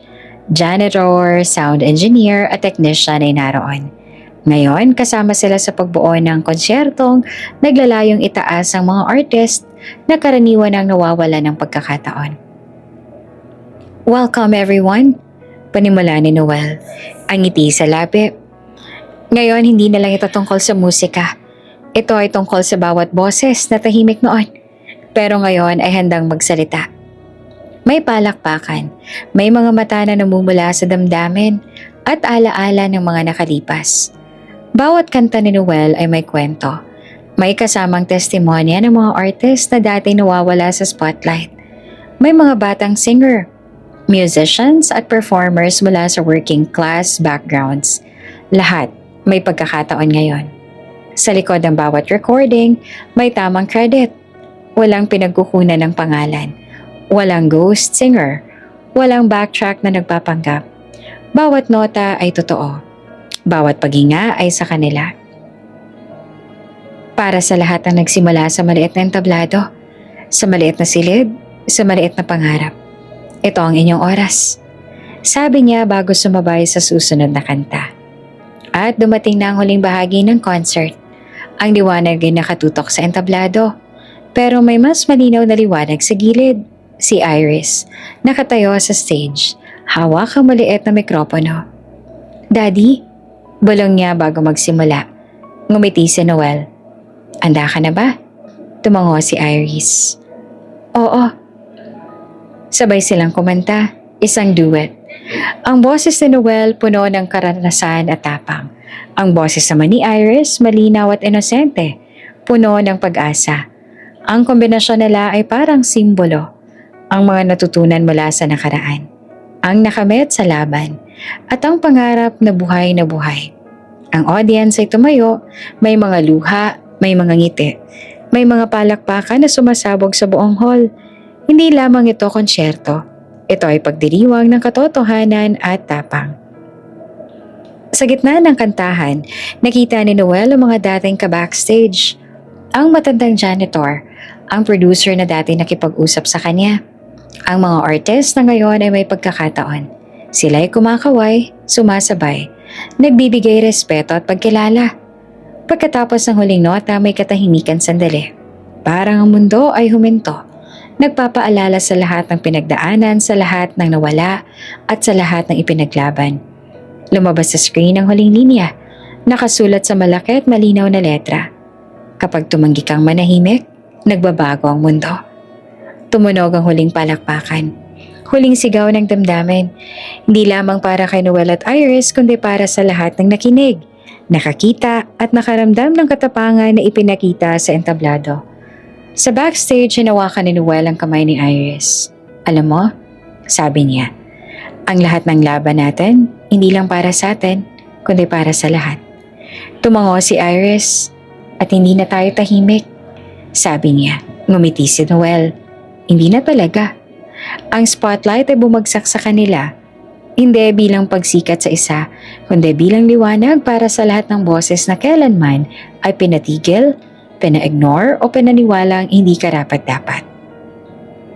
Sa labas ng hall, ramdam ang hangin ng pagbabago.